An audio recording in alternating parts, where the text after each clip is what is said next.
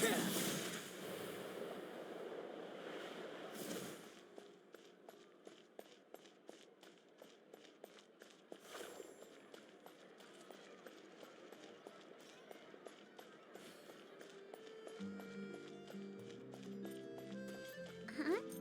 Do you also see Navia and Clorand over there?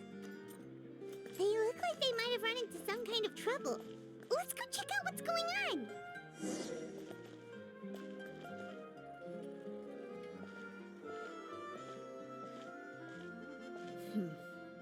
Still no dice? Not at all. And I've asked pretty much everyone in the Court of Fontaine already. Lynette's ears drooped as soon as she heard that we'd have to be out and about for days on end. And Fremine, he hid himself under his helmet as soon as he realized there'd be people around that he didn't know. What about Chiori and Charlotte? I feel like both of them would be more than up to it. I've asked them already, but they're both pretty busy right now.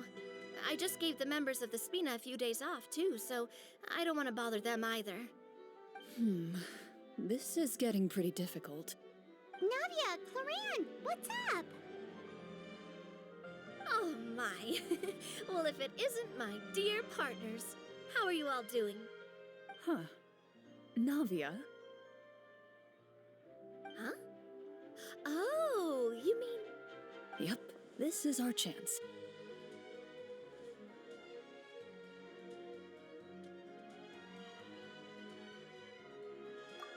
Do you need our help with something? Oh, precisely. My dear partners, we've got a huge problem right now that only you can solve. Whoa, for real? Absolutely. We've already exhausted all our other options.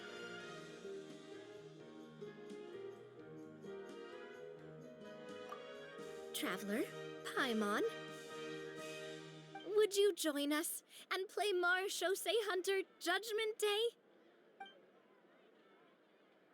Marechaussee what now? It's a new game script by the Tabletop Troupe, a local roleplay adventure club. Ever heard of the Tabletop Troupe? They put out games that allow you to participate in a story and roleplay characters with your friends. Oh, I've loved their stuff ever since I was a kid. That sounds super interesting. Clorand and I are both veteran members of the club. Recently, someone came up with a new script and was looking for people to help playtest it for them. And when they asked, of course I couldn't refuse.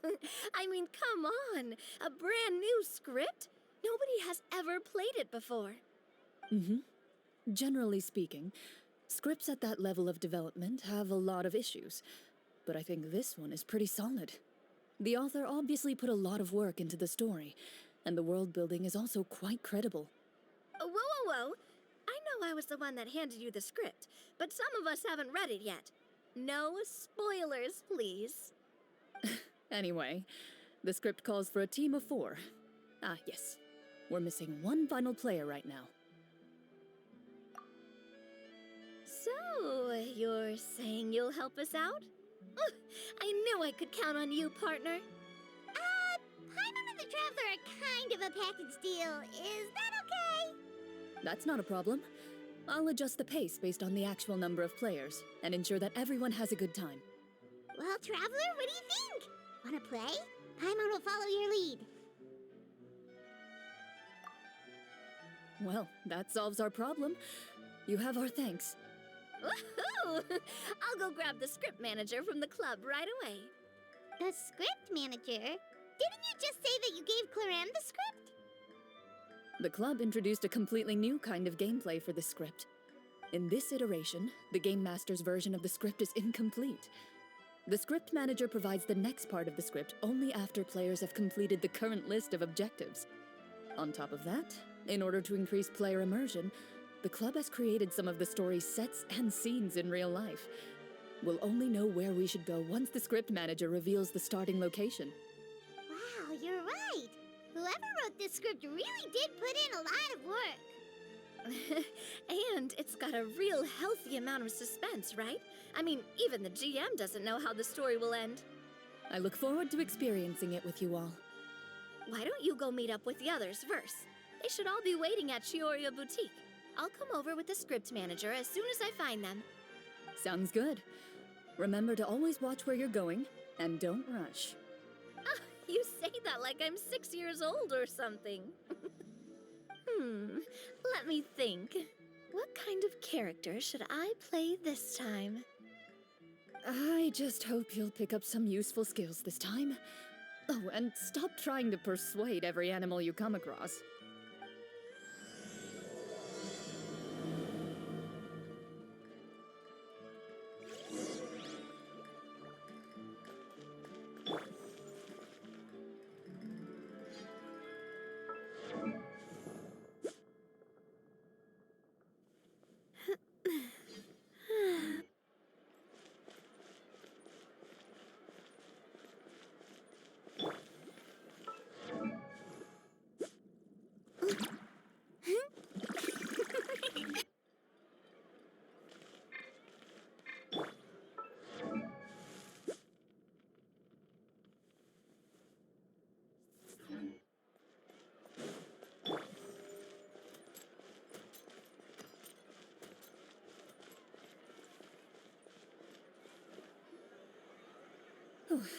Sorry to keep you waiting. You're back! Huh? And you've got the Traveler and Paimon with you, too! What a pleasant surprise. I assume you'll be joining us for the game then? Linny, Farina! Paimon didn't know you were playing too. Are you also members of the tabletop troupe? I'm more of a casual member, if anything. I haven't taken part in many formal club activities. Lynette Fremine and I play something similar at the Hotel Bouffe Tété sometimes, but I'm usually the GM. Still, I'm sure it'll be fun being a player for the first time. I'm looking forward to it. Well, I'm not a member of the club at all.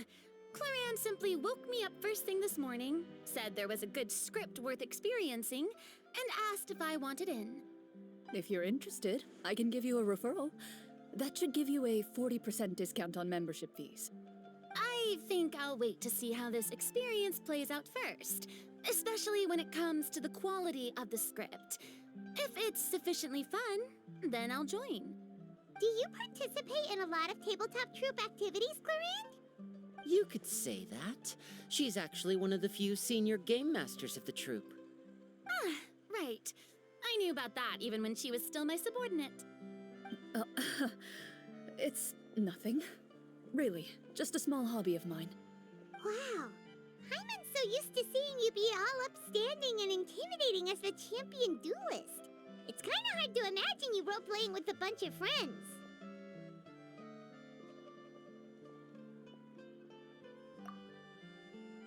Surely you jest. I would never intentionally make things difficult for my players. I maintain a clear boundary between my professional and personal lives. The me you see at court represents the law and order of Fontaine. I put all personal feelings to the side and grant a fair duel to all who seek to defend their honor. But in my personal life, I'm just an ordinary person. Someone who feels anger and sadness, just like everyone else. Well, you say that, but for all the time I've known you, I don't think I've ever seen you cry. I've seen you get angry, sure, but now I'm wondering whether you were actually mad or if it just looked that way from the outside. I was probably in work mode during those times. Is that so? Well, in any case, I just feel like even in your personal life, you don't get emotional very often. So you want to see me cry? That might be a little difficult. A show of anger, though, that might be something I could accomplish.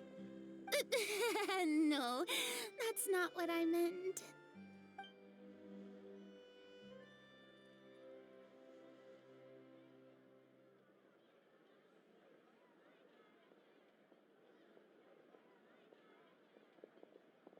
I'm back!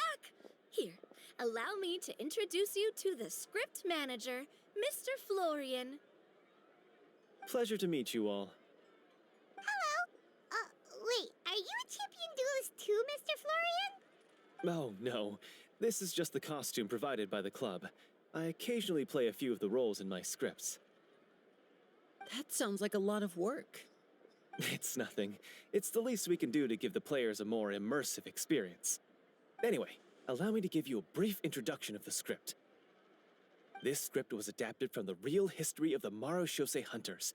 You all will play the role of hunters from a bygone era and resolve a series of events unfolding in the capital. Paimon's not super familiar with the history of the Marashose hunters. Is that a problem? Oh, no problem at all. I can give you a brief rundown. So, basically, Marashose hunters were people who dedicated themselves to hunting monsters and protecting the city by using a special swordsmanship technique passed down over generations. Their story can be traced back to the ancient Remurian dynasty, as well as the first hunter, Cassiodor. But I'll leave the finer details for you to seek out and discover later. And I'll provide additional commentary as the story progresses. In that case, brave hunters, are you ready to set out on an unknown adventure? Whoa, just one sentence and it's like we're in the story already! Aha, I see many a determined gaze before me. Very well, head over to this location and begin your heroic journey. So, as we follow the story, it leads us to specific scenes? Ooh, sounds pretty innovative. What does the message in the envelope say? It's the exact location of the scene, as well as the formal permission to use the venue. Seems like they have everything prepared. Please check all your belongings, everyone, and make sure you haven't forgotten anything. Once you're ready, please follow me to the designated location. Sounds good. Hunter Squad, move out!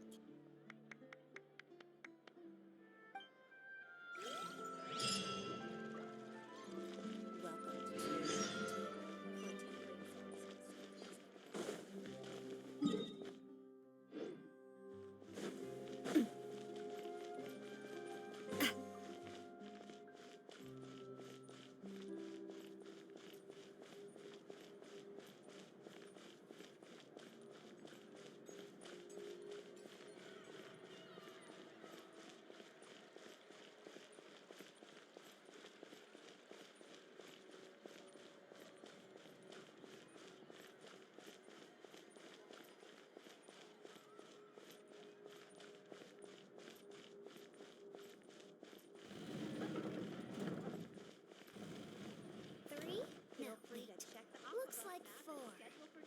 Looks like we're running out of Type 3 screws. Design is...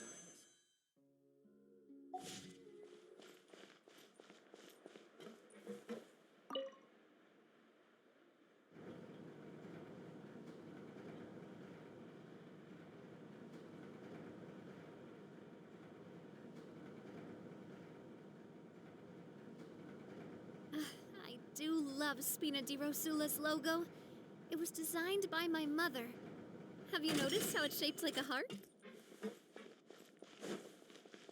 Which is more valuable? Unlimited Mora or unlimited time?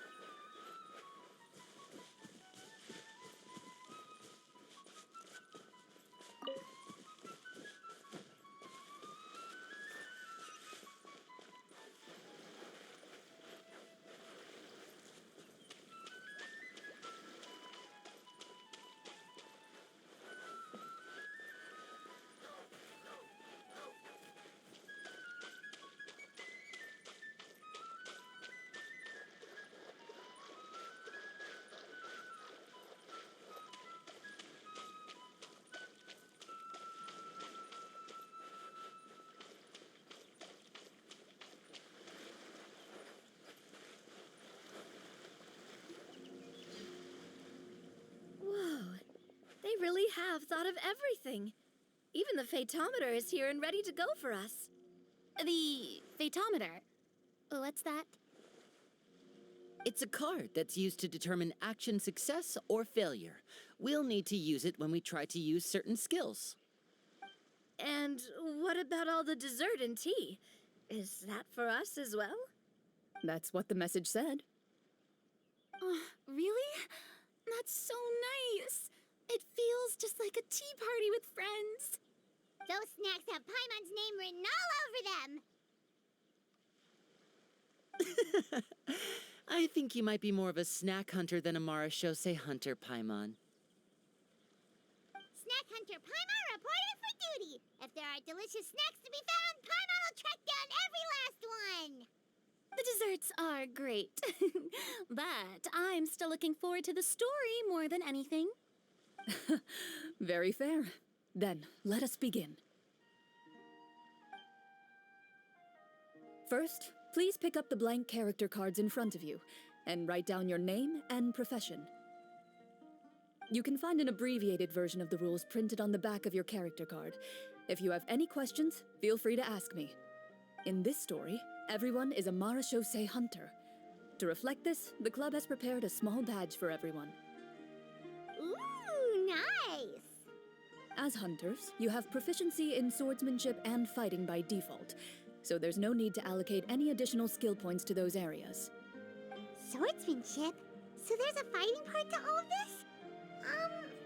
Paimon's not sure she can do all that on her own. Maybe Paimon can just stick with you? Why don't you share a character card then? The Traveler will be the Marashose hunter, and you can be her little floating assistant. Huh. Kinda like in real life. So, for the name, do I fill it out with the name of my character? Yep, it can be any name you like. You can use your real name too if you want. I do that whenever I get too lazy to think of a new name. Oh, so it would be like experiencing a different life, but still as yourself. That's not a bad idea. In that case, I think I'll continue to use the name Linny then. Next up is the skill sheet. You have a limited amount of skill points that you can use to learn a number of skills. The more points you invest in a particular skill, the easier it will be to pass associated checks. I'll take persuasion and investigation. Those are must-haves when it comes to missions like these. Oh, those skills sound like they'd be useful for gathering intelligence. Good idea, Navia. Just as expected of a veteran player. So should we also take those skills then? Not necessarily. Since we're working together as a team, we could leave the negotiations to Navia and use our skill points to pick up other useful skills. For example, I think I'll take stealth and sleight of hand. That will give us more options if we run into any situations we can't negotiate our way out of. Oh, interesting. I wasn't thinking about it like that. I suppose it's not so different from an acting troupe. Everyone has their own role to play. Let me see. I'll take arts and performance. I'm not quite sure what use they'll be, but I'm not as knowledgeable about the other skills, and I am not too confident I'd be able to roleplay them well. Well, that leaves us. What do you want to learn, Traveler?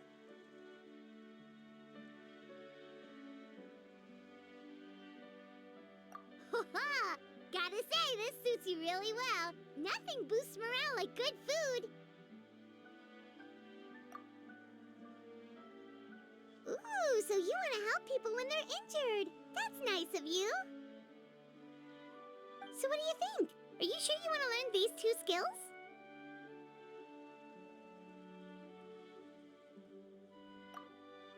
Let's see. Oh, looks like you each have enough points to choose one final skill. You've all picked such classic skills. It's fine to go a little bit out of the box, you know. Why do I get the feeling she's getting ready to cause trouble? For example, this one here. Summon. Doesn't it sound super mysterious and cool? Oh, I saw that one just now as well. The description says this skill can be used under certain circumstances to summon characters or creatures that fit the script's world building rules. The script's world building rules, huh? But how are we supposed to know what a Marashose hunter can summon? Oh, that's not for us to worry about, my friend. Just learn the skills that interest you, and the GM will take care of the rest. All right, you've convinced Paimon. Let's learn summon then. Paimon can't wait to see what kind of thing shows up. Well, now that everyone's more or less finished creating their characters, we can begin. Since 2 of our players are doing this for the first time, though, let me ask. Would you like to play on easy mode or authentic mode? What's the difference between the two? Well, in role-playing games, the story sometimes changes based on the decisions of the players and the results of the Fatometer. For example, if you fail a check, that means you cannot use the target skill in that scenario. A critical failure may even result in further negative consequences. If you choose to play in authentic mode, every time you elect to use a skill, you'll need to use the Fatometer to see whether you succeed or fail, and face any consequences that may follow. If you choose easy mode instead, every check will be successful by default, and you won't have to worry about luck playing a factor.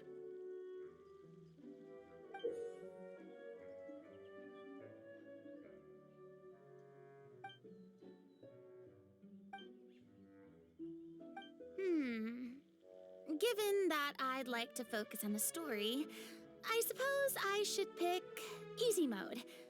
I'd feel bad if I brought the team down by failing my checks. Huh? Oh, come on. Don't worry about that. RNG is the lifeblood of role-playing games. I'm going with authentic mode for sure. Never knowing what you might have to overcome. Ugh, doesn't that sound exciting? I'd rather be mentally prepared for what might happen. All right, then I'll mark down Farina for easy mode. All her checks will be successful by default. As usual, Navia and Linny will play on authentic mode. What about you, dear partner? How would you like to play?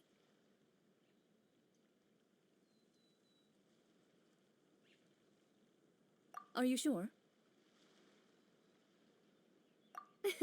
Trust me, you'll see the beauty of RNG.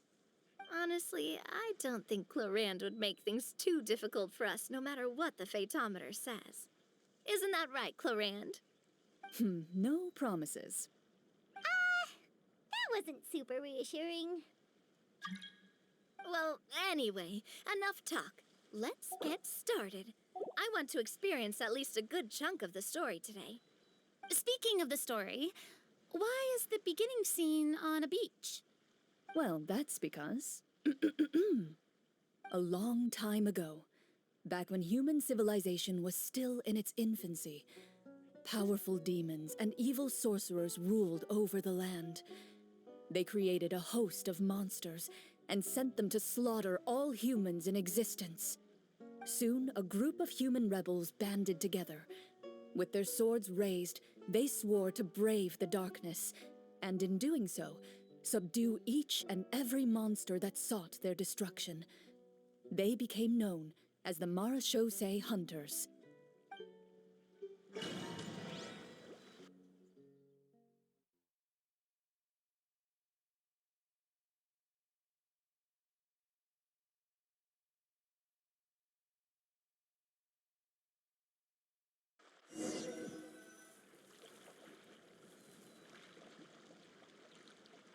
Sometime later, as a member of the Marashose Hunters, you receive a commission. Following the address provided on the message, you take a boat and arrive at this strange city. As you inhale, you can taste the slightly salty air of the docks as you begin to survey your surroundings. There aren't many people in the vicinity, but you do take note of a few others who, like you, seem to be sizing up this place. Your eyes meet, and you realize These people are fellow Marashose hunters, likely led to this location after receiving the same commission as you. You're all Marashose hunters too, right? Allow me to introduce myself. The name's Navia, monster hunter by trade and helpful neighborhood businesswoman on the side. What say you to traveling together? We can help each other out on the road. Okay, count me in. My name is Linny. I've been wandering since I was little and picked up a few less than legal tricks along the way. I was adopted by a Marashose hunter and later chose to follow in his footsteps. Is this where you introduce your character to everyone? It sounds like they've done this dozens of times. My name is Farina, and, I grew up in a noble family. I always had a strong interest in performance and the arts. Even though I'm a Marashose hunter, what I really want is to be a performing artiste. Hey, that's really cool.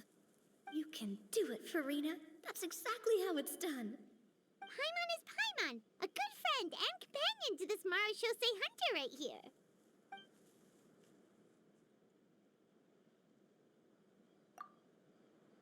I've been studying the culinary arts since I was a child. I hope my delicious food can help boost people's spirits. That's wonderful. I'll be looking forward to your cooking during our adventures together. Well, if we're all here for the same commission, why don't we take some time to confirm what we need to do? You open your envelopes at the same time. The message reads, "To the honorable and trustworthy Marashose hunters, our kingdom is currently facing a grave crisis. The lands outside the capital have been overtaken by monsters, and our people are being led astray by forces of wickedness. We beseech you, please help us resolve this crisis and return peace and stability to our home." Huh. The layout of this city looks super familiar. It kinda reminds Paimon of Mondstadt.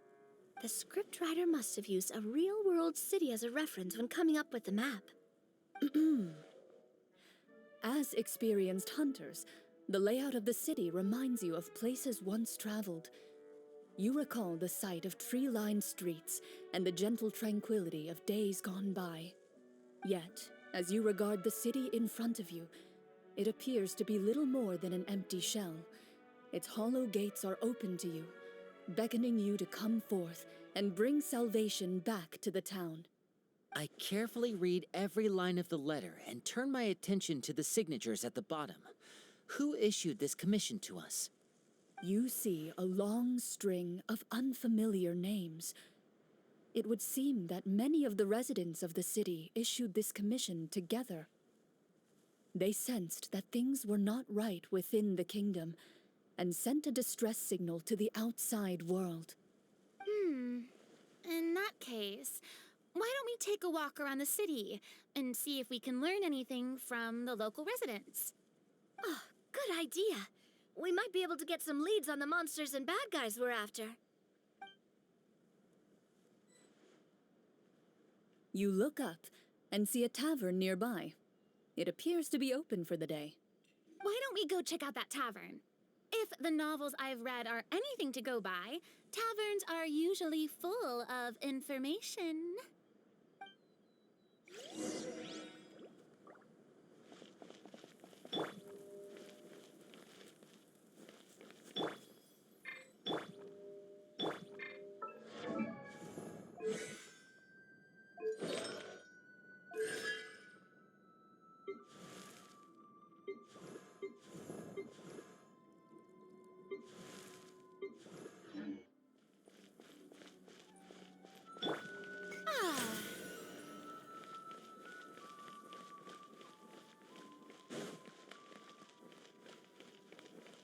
As you approach the tavern, you find a plainly dressed woman standing nearby. She appears to be rather troubled about something.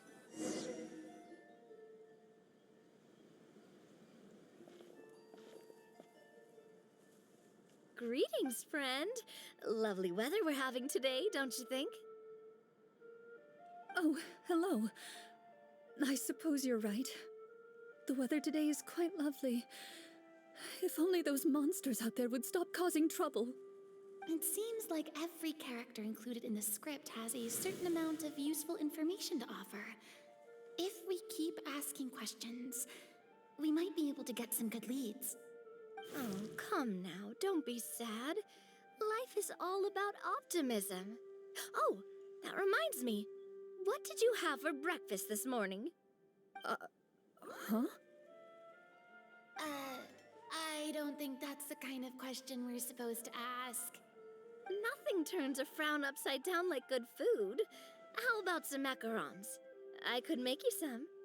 You didn't even take cooking as one of your skill proficiencies. That's not necessary, miss. Excuse me for saying this, but you don't really look like a chef. Besides, I'm not really a fan of sweets.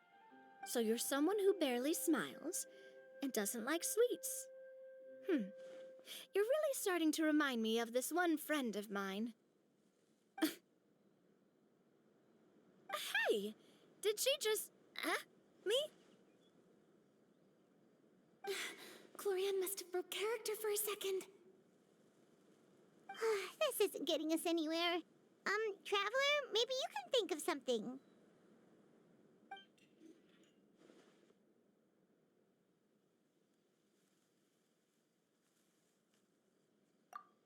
Are you sure? In that case, please refer to the phaedometer.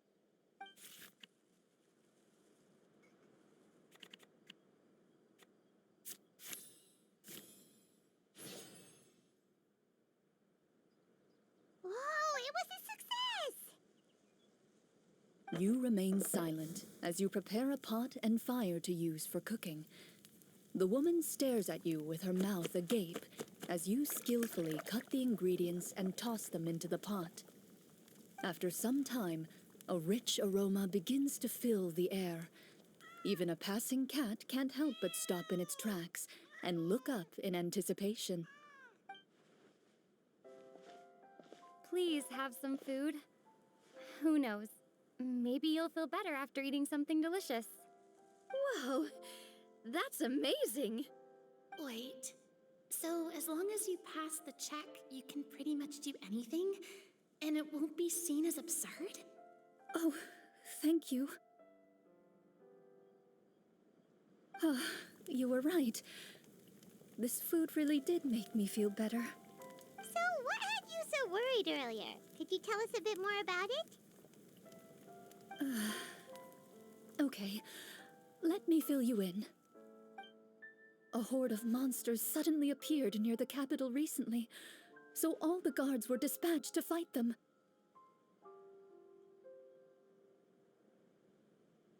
Do you remember when those monsters appeared?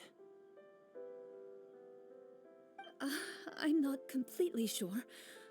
All I know is that my husband was dispatched to fight them 3 days ago. Do you know where he was sent? It all happened so fast. When we said our goodbyes, he couldn't even tell me where they were sending him. You have our thanks, friend. We'll find and defeat those monsters as soon as possible. We sincerely hope your husband will be able to return to your side soon. Oh, thank you. Don't worry. We'll find him. Just try to remain optimistic and wait for good news. We don't always get to choose what happens to us. But we do get to choose the little things like what we eat and how we respond to the things life throws our way. I hope that one day, you too will recognize the power of something as small and inconsequential as a delicious dessert. I'll do my best. You bid farewell to the woman and continue your journey further into the city.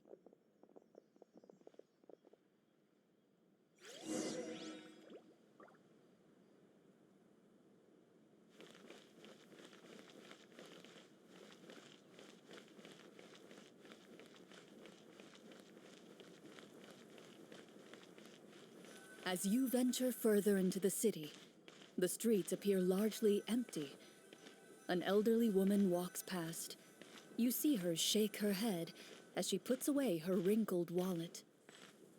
A nearby merchant folds his arms and gives you a disdainful look. You get the impression that he's someone who has long gotten used to the sight before him.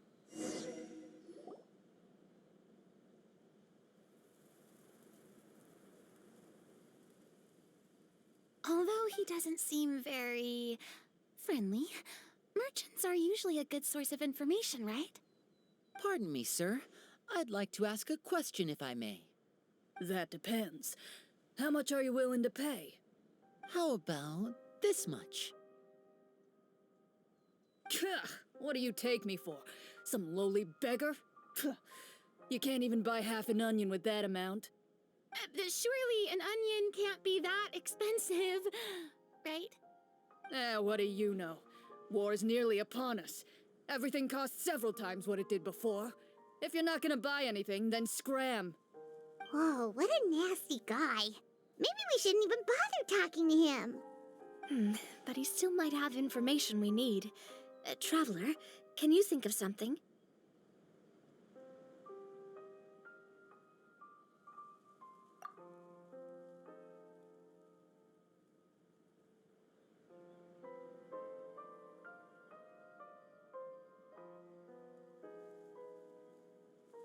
A performance? I've never played a role-playing game like this before, but even I can tell that suggestion is pretty far-fetched. Is a performance check really going to help here? All right. Ahem. By the harbor's grace, a lone boat lies in rest. Let the moon give chase, for here begins our quest. In the dark of shadow, our heroes seek to find where creatures born of evil weave their grand design. Blocked the road does stand, such is our hunter's plight. Yet with sword and courage in hand, they march forth to pierce the night.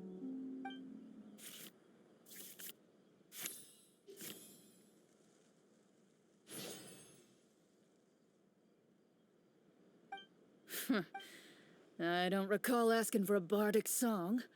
Don't expect me to give you any coin. But if you meant what you sang, and you are indeed some kind of hunter, then by all means, please, go out and kill those monsters for us. Those monsters are camped outside the city, and they've been destroying all our trade routes. We have limited reserves within the city, so if this continues, we're all gonna be in big trouble. Wait, you're saying no one has put a plan in place to distribute supplies or maintain order? We could all starve, and those nobles in the palace wouldn't even break a sweat. Who knows? Maybe they've been in cahoots with the monsters all along. That is concerning. Yeah, all right, I think I've said more than enough. Be on your way now. Got it. Thank you, sir.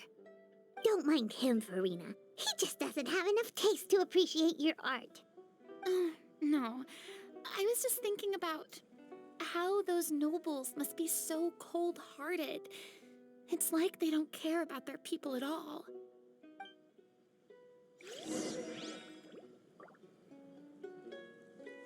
Should we try to go somewhere with more people? Oh, how about the city square? Follow me.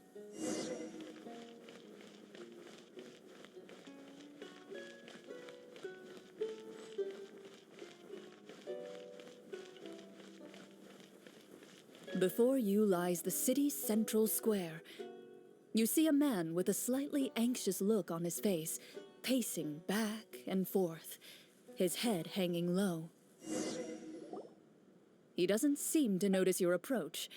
Still immersed in his own thoughts, he shakes his head and lets out a long sigh. This guy seems promising enough. Maybe I can get some information out of him. Hello, sir. Is there anything I can do to help you? Wait, you're... I'm...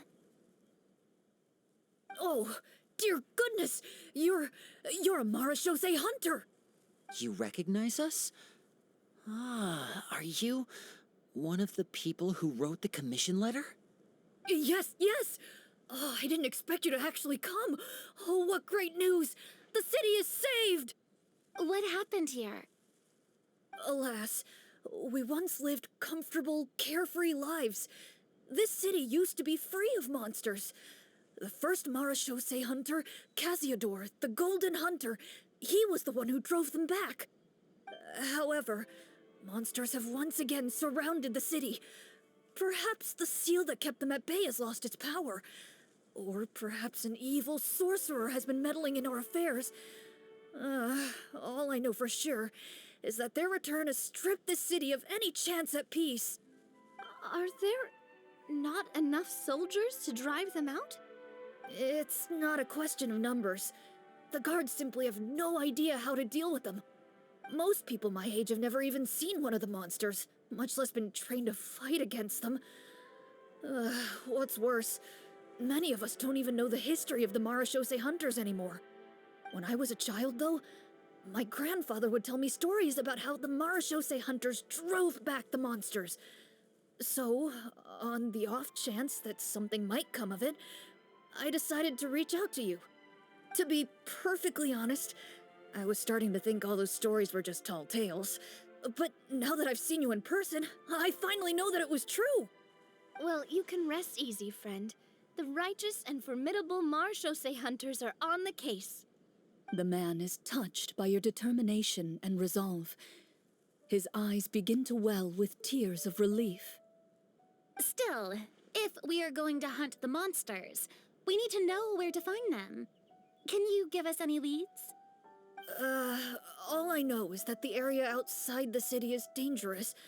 I'm afraid I can't point you toward a specific location. Oh, although, if you leave the capital through the main gate and follow the road, you should run into a group of guards. They might know more about where to find the monsters. I see. We'll go look for them then. All right, be careful. Oh, and one last thing. The monsters outside the city are just part of the problem. There are evil sorcerers inside the city as well, so be on your guard. They're actively working with the monsters, and have corrupted the court ministers with malicious magic. They're the reason why, even inside the city, everything has been a giant mess. Even one of our kindest ministers has turned into a boorish and unreasonable figure, interested in nothing but enacting laws that exploit the people. Who knows how much longer we'll be able to go on like this. Talk about being stuck between a rock and a hard place. I feel bad for him. Maybe we should try to cheer him up?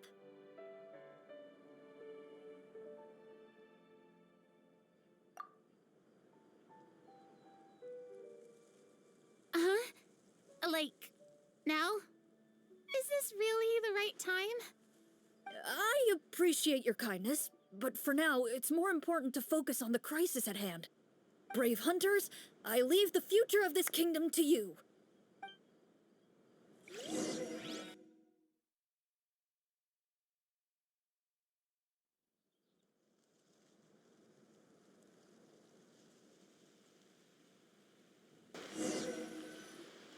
If I understood correctly, there are currently 2 problems in the kingdom that need solving, right? Exactly.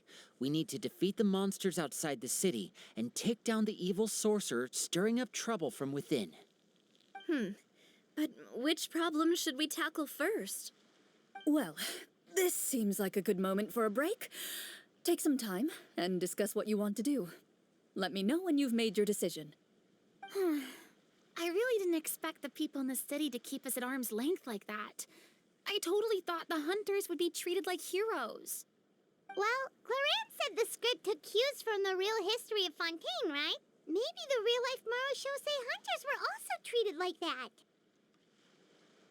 I wouldn't say it's a perfect representation of history, but there are definitely some similarities. Would you like to hear more about it? Sure. As long as it doesn't spoil anything in the script. You've brought up bits and pieces of the hunter's history before, but it was all in passing. Paimon wants to know too. The hunters were super powerful, right? Were they all from a special line of supernatural beings or something? Kind of like the yokai in Inazuma? No. All Marashose hunters were ordinary mortal fighters. The only thing that set them apart were the special sword techniques passed down over the centuries. Huh? So you mean anyone could become a Marashose hunter? In theory, yes. All you would need to do is survive the rigorous training and master the swordsmanship techniques required to fight the monsters. Still, most people dropped out at the early stages, and others called it quits the minute they saw a monster in person. To become a hunter, you must be strong in both body and mind. What kind of monsters did the hunters fight exactly? Oh, and the evil sorcerer the script mentions. Did they exist in real life too? The land of Fontaine once played host to an ancient dynasty known as Rapperia. After that dynasty fell, monsters began to appear, intent on obstructing humans from establishing a new social order. One of the ancient sorcerers of Rapperia used his power to assemble a formidable army of golems. He sought to use that force to establish himself as king. Now, wait a second. Don't tell me that guy was the inspiration for the evil sorcerer in the script. We still haven't found any in-game information on him yet. So, why don't you talk about someone else for now? Well, I wasn't planning on going into anything you might be able to find out in the game. But if you want me to talk about something else, then... how about Casiodor, the Golden Hunter? Or Egeria, the ex-Hydro Archon? Wait, but those people are all from a super long time ago. Where did you learn all this, Claran? From my master. Huh. By master, you mean Miss Petronia? Someone you know? Absolutely. Miss Petronia and my father were good friends. Back in the day, she would often bring Clorand over to play, but then... Let's not get off topic. Anyway, back to what I was saying. Responding to Egeria's call, a number of warriors followed Casiodor into battle against the monsters. This group of warriors, under Casiodor's leadership, became known as the Marashose Hunters. Yet, as Fontaine entered an era of peace, their work gradually became obsolete. The Marashose Phantom, originally an association made up of hunters, eventually came to be predominantly comprised of Melusines. Ah, I see. That explains why most of the people in the script have forgotten the hunters or think of them as nothing more than a legend. Is that really a bad thing, though? It can get tough always being the one shouldering everyone's expectations. Depends on who you ask, I suppose. If the name of the organization no longer commands respect, investigative work is bound to suffer. Speaking of investigations, which problem should we tackle first? Monsters or evil sorcerer? I vote monsters. That's the main duty of the hunters, right? We can come back to the sorcerer later. Well said, Miss Farina. Plus, if the sorcerers really are the masterminds behind this whole thing, defeating the monsters could give us some clues on their intentions as well. What about you, partner? What do you think?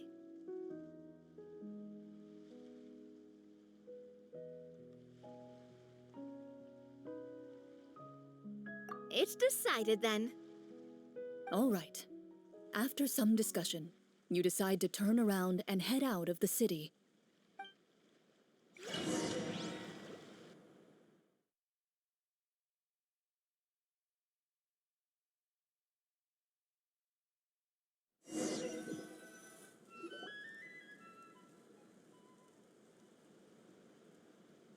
Let's take a look around, like that guy said. You there! Outsiders, halt! Who's there? An armored man approaches you. He has a tall, muscular build and a determined expression in his eyes. Just one look, and you can tell he's fought in his fair share of battles. Although he's trying his best to conceal his current state, his uneven gait and the sweat dripping down his forehead make it obvious that he's been wounded and is in serious pain. I'm the captain of the guard. I saw you sneaking around the city earlier, so I'll only ask this once. State your purpose, or it's off to the dungeons for the lot of you. Wow, it's been a while since someone's been this suspicious of us.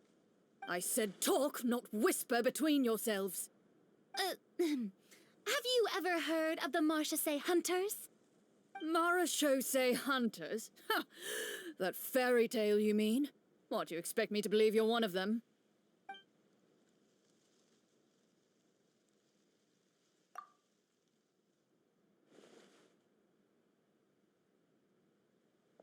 Sir, we were indeed in the city earlier, but our purpose was only to gather information on the monsters. We're here to help the city and all the people within it. Your guards are still fighting the monsters as we speak. They could be seriously wounded and in grave need of support. You need all the help you can get.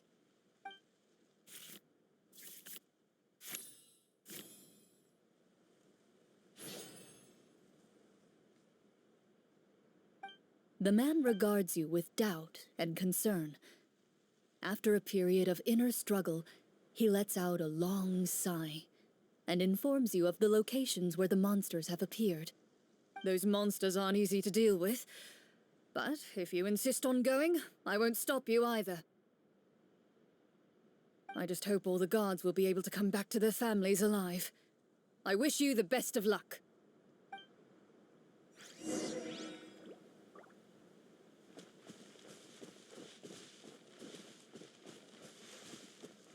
Based on what the captain said, the monster should be right up ahead. Let's go. Hopefully we're not too late.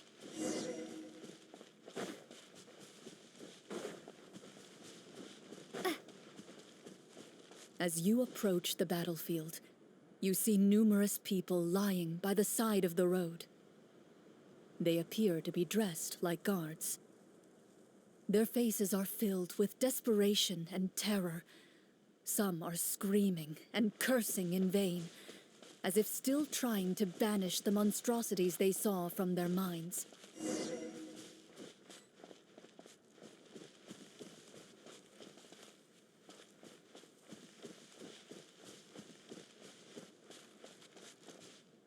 A few of the wounded look up at you in shock and disbelief. "Quick, leave this place. Turn around and don't look back," they yell.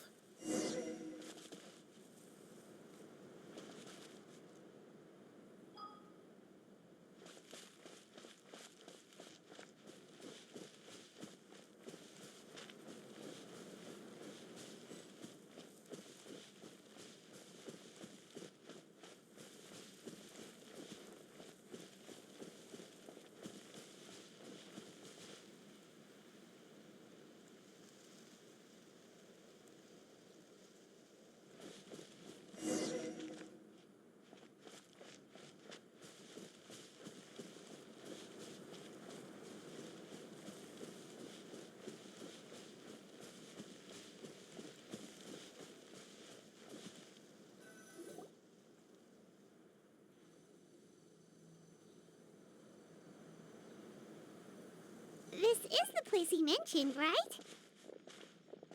You see broken iron swords scattered all around you, and downed trees riddled with terrifying claw marks. All the signs point to one thing. A truly devastating battle just took place here. Be on your guard, everyone. The monsters might still be around. Before you can finish your sentence, you hear rustling sounds from the surrounding bushes. The monsters have emerged. They close in on you without fear. You get the impression that, in their bloodthirsty eyes, you're just another meal for them to devour. A little help here! This thing wants to eat Paimon! Your battle round begins now.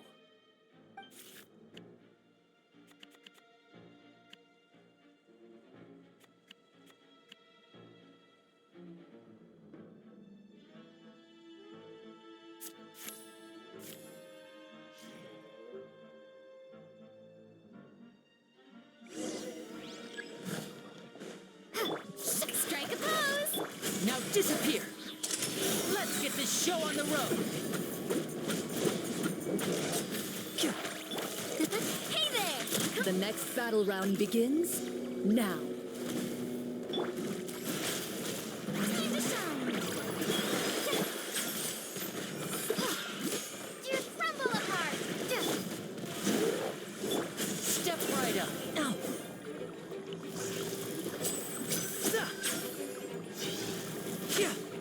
Watch out!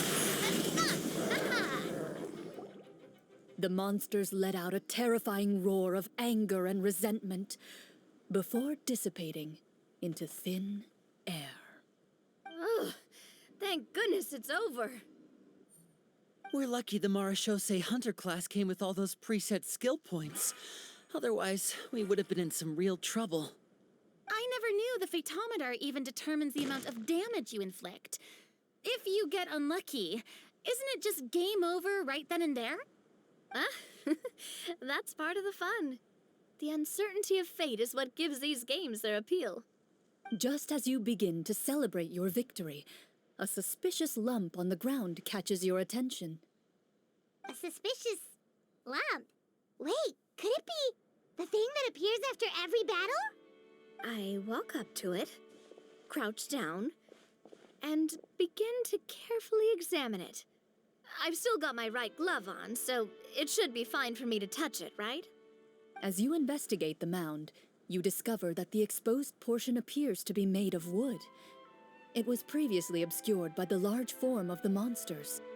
With the monsters gone, the small protrusion now awaits your discovery, poking out of the ground like a shy flower bud. Whoa, it's a treasure chest!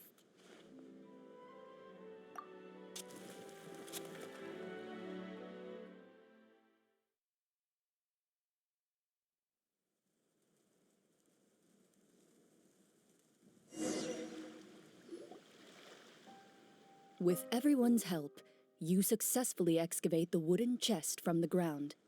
Even without opening it, you can tell from the mora and jewels scattered around the chest that it must contain quite the fortune. Makes sense. We worked hard for this. Let's open it and we can share what's inside. I can understand your excitement, Paimon, but think about it. Doesn't it seem like there are people out there who need this treasure more than us? Yeah. Think about all the people suffering in the capital, or all those guards who got hurt fighting the monsters. Wouldn't it be better if we gave the treasure to them? Wait, is that how it works? Paimon thought since we were the ones to dig it up, we could just take it for ourselves. Well, let's put it this way. Any decision you make during a role-playing game can impact the future course of the story. But would the people really believe us? It's hard enough for us to prove we're Marashose hunters. What if they think we procured the treasure illegally? They might get even more suspicious of us. That's definitely something we should consider. Maybe we can come up with an explanation in advance. Well, if donating it could cause that much trouble, why don't we use it to buy some gear and fill up on good food? Then we'll be ready to fight even more bad guys. Looks like you're facing a difficult choice once again. Well, it's getting late. Why don't we call it a day for now? Wow, where did the time go? I'm not sure if it's because I'm having so much fun with you all or because the story is particularly enticing, but I feel like I could almost keep going. Here, here. Ooh, how about we play through the night? I'm not sure I'll have enough energy for that. Yeah, that won't work for me either. Lynette will give me an earful if I get home too late. I understand how you feel, Navia, but we have to change venues for the next part of the story anyway. Huh? Another location? Mm-hmm. There's a special note for the GM at the end of this section that says to proceed to an indoor set for the next part of the script. Whoa, they really pulled out all the stops for this new script. Well, even if we end the game for the day, we can still stay a little longer and hear Clarion finish her story, right? Paimon wants to hear more about the history of the Hunters. Something tells me you just want to finish the free desserts before we break for the day. That's just a Guys, to Paimon, not finishing free food feels even worse than having to buy your own. And anyway, Paimon really does want to hear more about Cloran's master. Well,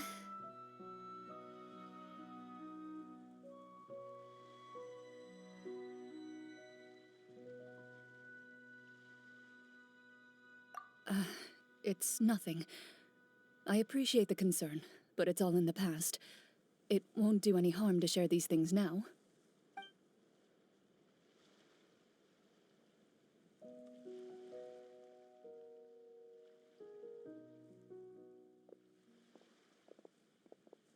My earliest memories are of living with Master.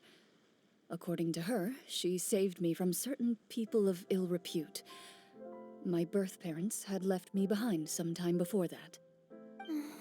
What a heavy beginning for a life story.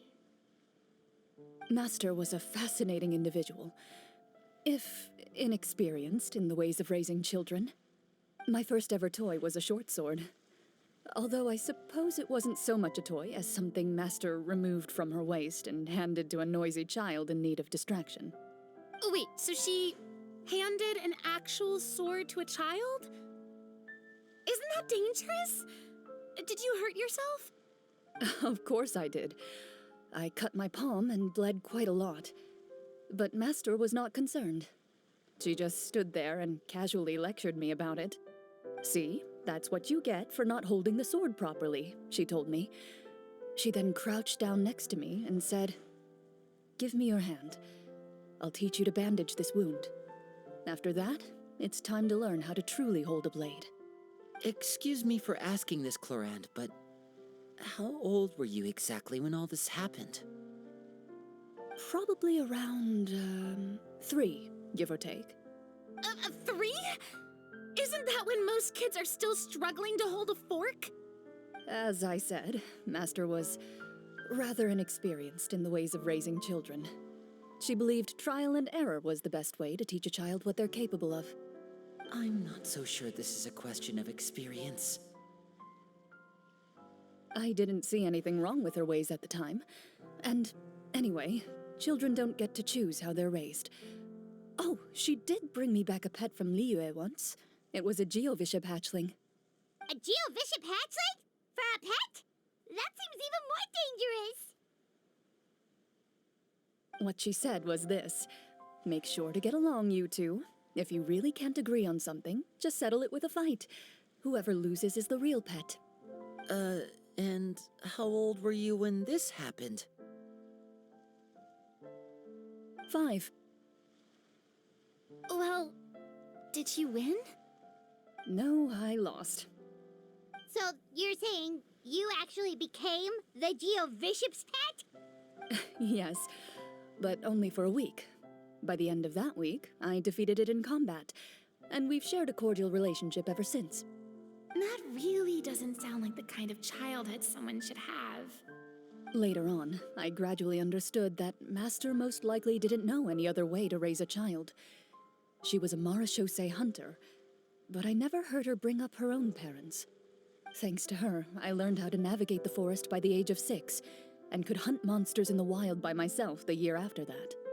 Even though the training she subjected me to was strict, she always made sure to take me traveling when she had the time. We met many of her friends during those days. That was also how I met Mr. Callis and his family. I still remember the first time we met. You were too scared to join our picnic and hid behind Ms. Petronia the whole time. I still hadn't really met many children my age at that time, so I didn't know how to interact with others. After that, though, you started coming over a lot. You loved challenging people to shooting competitions, remember? I don't think many members of the Spina ever beat you in one of those. I had a lot of fun during those days. I enjoyed them too. Oh, do you remember that one time we went exploring around the Spina together? We overheard Papa call your master Fontaine's Protector of Justice. We tried to pretend like we never heard anything, but you nearly let it slip that one time.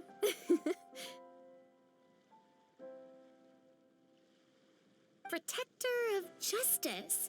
Oh, wait, you mean that vigilante hero from 20 years ago? The one who was always active at night? Yep, that would be her. She often would put on a black cloak and go out at night. I never knew where she went or what she was doing.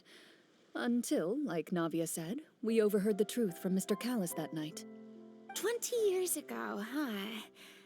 I still remember the guards leaving all kinds of witness reports about her on Nervalette's desk. My apologies. Oh, there's no need to apologize. You had nothing to do with it.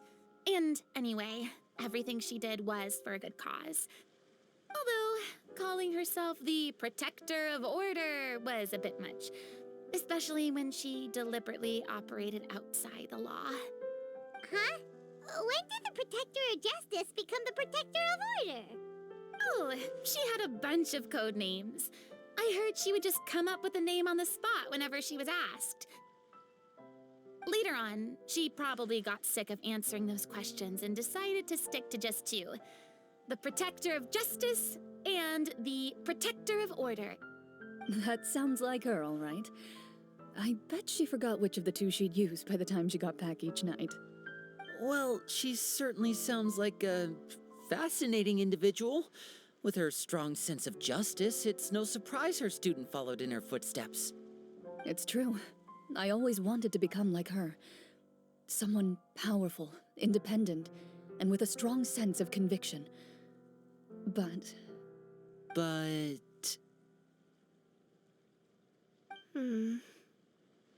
She suddenly disappeared the night I turned 10 years old. Disappeared? What happened? I have no idea. She didn't even leave a note. I was never able to find out where she went. That night, I was celebrating my birthday at Navia's house, but Master never came to pick me up. When I returned home on my own, it was to an empty house. When she still didn't appear after a few days, I went to Mr. Callis's house to ask about her whereabouts, but he only shook his head. Papa probably didn't know either. I know he sent a few people to investigate the matter in secret, but they never found any credible leads. Don't worry, I understand. To be perfectly honest, given Master's personality and way of doing things, it all made a lot of sense. If I had to guess, I'd say she probably used it as an opportunity to force me to become independent. Just like how, when a litter of kittens reaches a certain age, the mother willingly leaves them behind. Were you upset, Clorinde?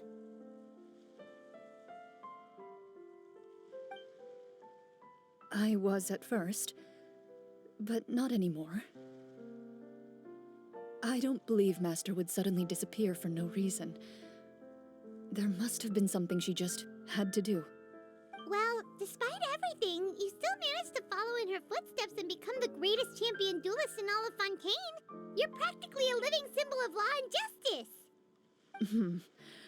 I suspect my position would be far too by the books for her. Master always did whatever she pleased. But you're right. I suppose I do take after her in some ways. Who knew Clorinde had such an interesting past? I never had the chance to ask her about it before. I wonder if Clorinde's master were the champion duelist back then, would that duel against Mr. Callis have gone differently? Oh no. Judging by the atmosphere, Clorinde and Navia are probably thinking something similar. The mood just got super awkward all of a sudden. Well, anyway. Would you look at the time? It's getting dark, so we should probably call it a day for real this time. If we keep talking like this, we really will be here all night. I had a great time today, Miss Clorinde. Thank you for being our GM. Anytime. The script was good, but I've got to say, your childhood stories were even better. Hey, you should tell us more about that fight against the Geo-Bishop sometime. Maybe your master was onto something. You could be right. What does she mean, on to something? I certainly don't know any 5-year-olds who want to fight a bishop in their spare time. Guess I'll head back as well. I need to save my energy if I want to continue enjoying the story tomorrow. You're that excited to hear about my fight with the bishop? I was talking about the script.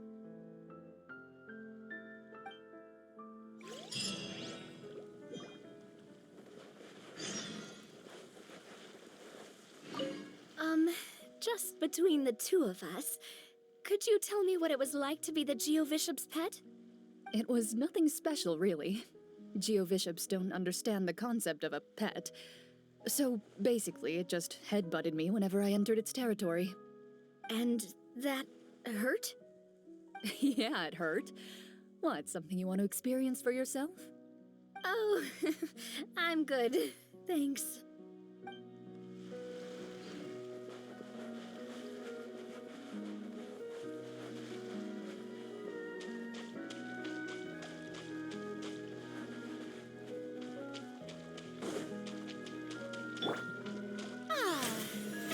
How brilliant!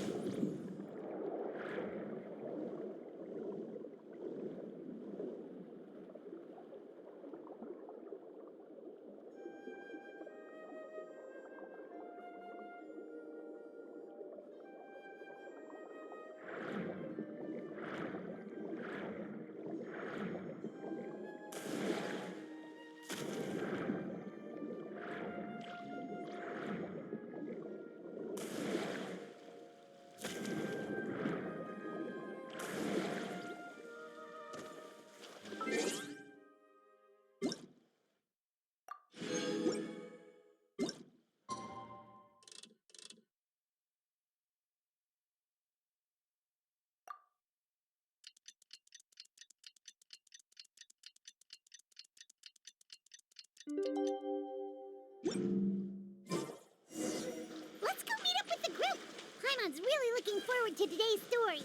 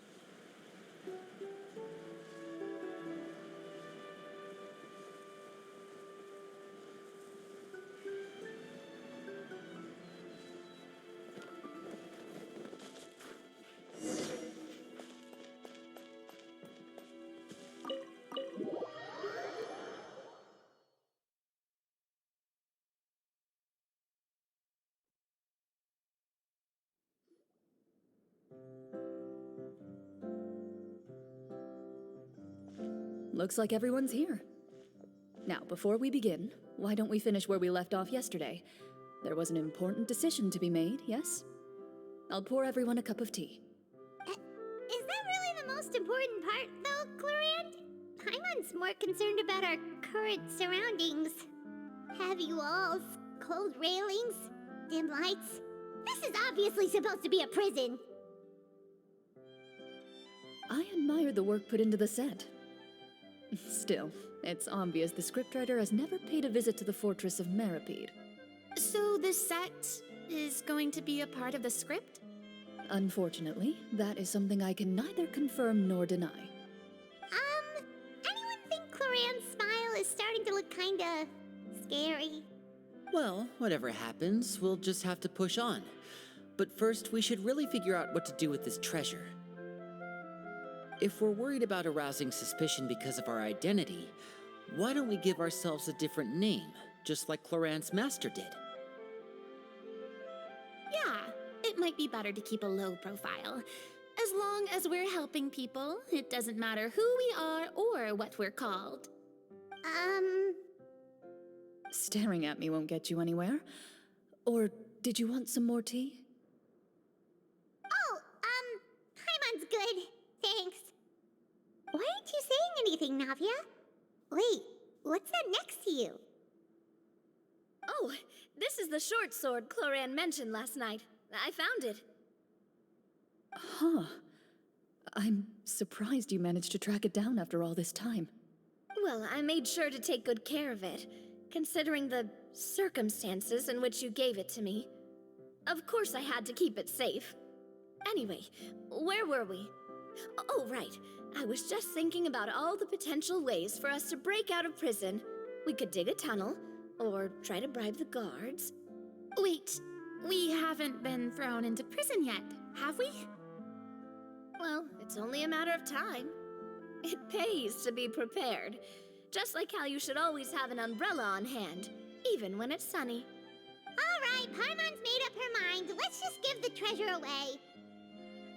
Paimon may have wanted to keep it, but if it's going to land us in prison somehow, Paimon will be too upset to enjoy her snacks.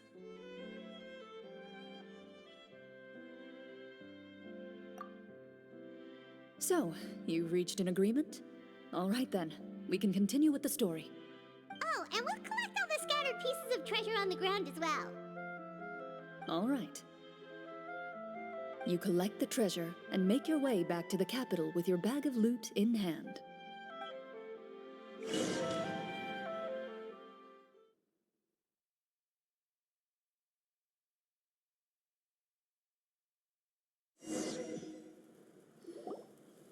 The city is still shrouded in a gloomy, oppressive atmosphere, but your spirits are surprisingly high. In places where sunlight struggles to reach, you generously share your wealth with the children, the elderly, and the poor in urgent need of help. Thank you, kind soul. The elderly woman's look of gratitude follows you as you walk away, her eyes never leaving your back until you move entirely out of sight. However, there's still quite a bit of Mora remaining. It appears you haven't made much progress. She's probably trying to tell us to speed this up. We need to hurry up so we can address the sorcerer problem. Should we go find that man again at the square? He seemed like a pretty responsible guy. I'm sure he knows the people here far better than us. Oh, good idea! Just as you start to make way to the square, intent on finding the man again, there's a voice.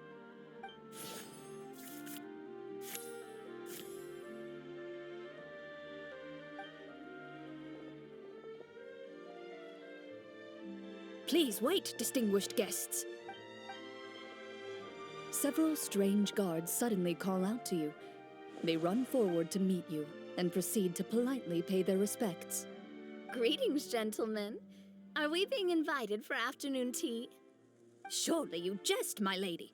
That would not be our place. It is His Excellency the King who requests to meet with you. Please come with us.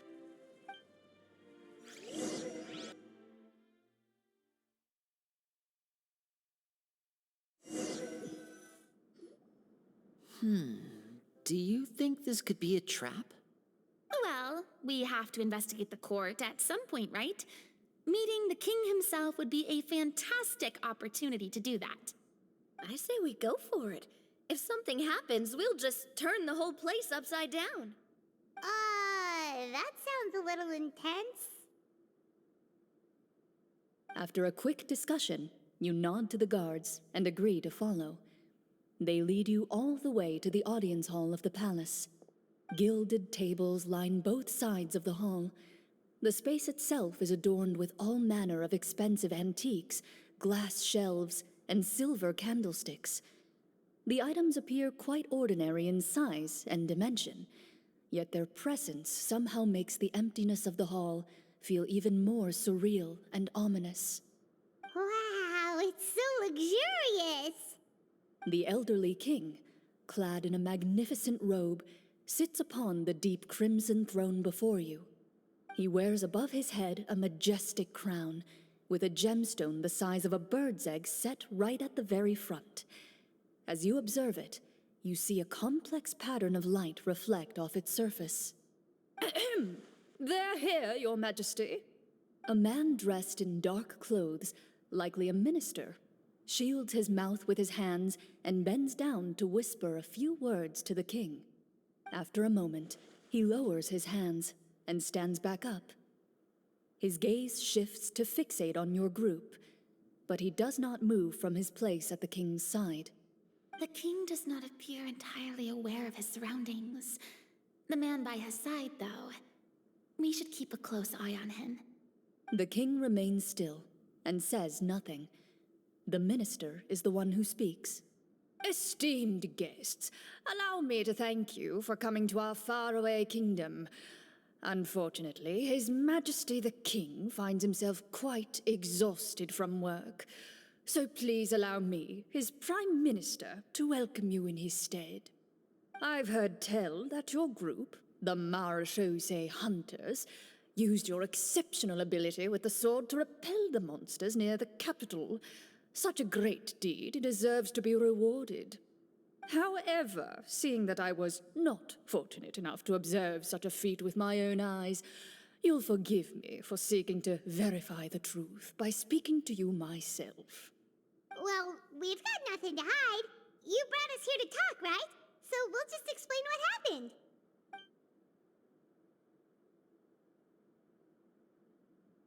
The golem's blades were so powerful, they could cut down trees in a single swipe. It took a lot of effort to defeat them, even for trained swordsmen like us. Well, that was enough details, right? Believe us now? Your account does indeed match those of the survivors. Since you were the ones who defeated the monsters, that must mean you are also in possession of the treasure they stole?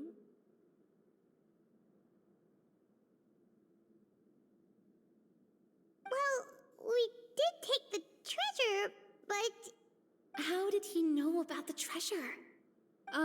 Then I must ask that you return it at once. It belongs to the kingdom. Wait, but didn't you just say that our great deed deserved a reward? Shouldn't the treasure be considered a part of that? Yes, that was indeed what I said. But you seem to have forgotten a very important distinction. Only that which is freely given by the king can be considered a reward. Taking the rightful wealth of a kingdom without said permission, on the other hand, is a crime. But that's completely unreasonable. Yeah, that makes no sense! If it weren't for us, the treasure would still be buried underground somewhere! Maybe so, yet the fact remains. You tried to dispose of the treasure without reporting it to the court and without receiving permission, yes? What, no answer? Surely you're not insinuating that you, a group of legendary Marechaussee hunters, sought to take the treasure for yourselves? Well, what about the king? Is he just gonna let this guy talk for him the whole time? Clad in his magnificent robe, the king remains seated, with his hands resting on either side of the throne. His posture is rigid and unmoving.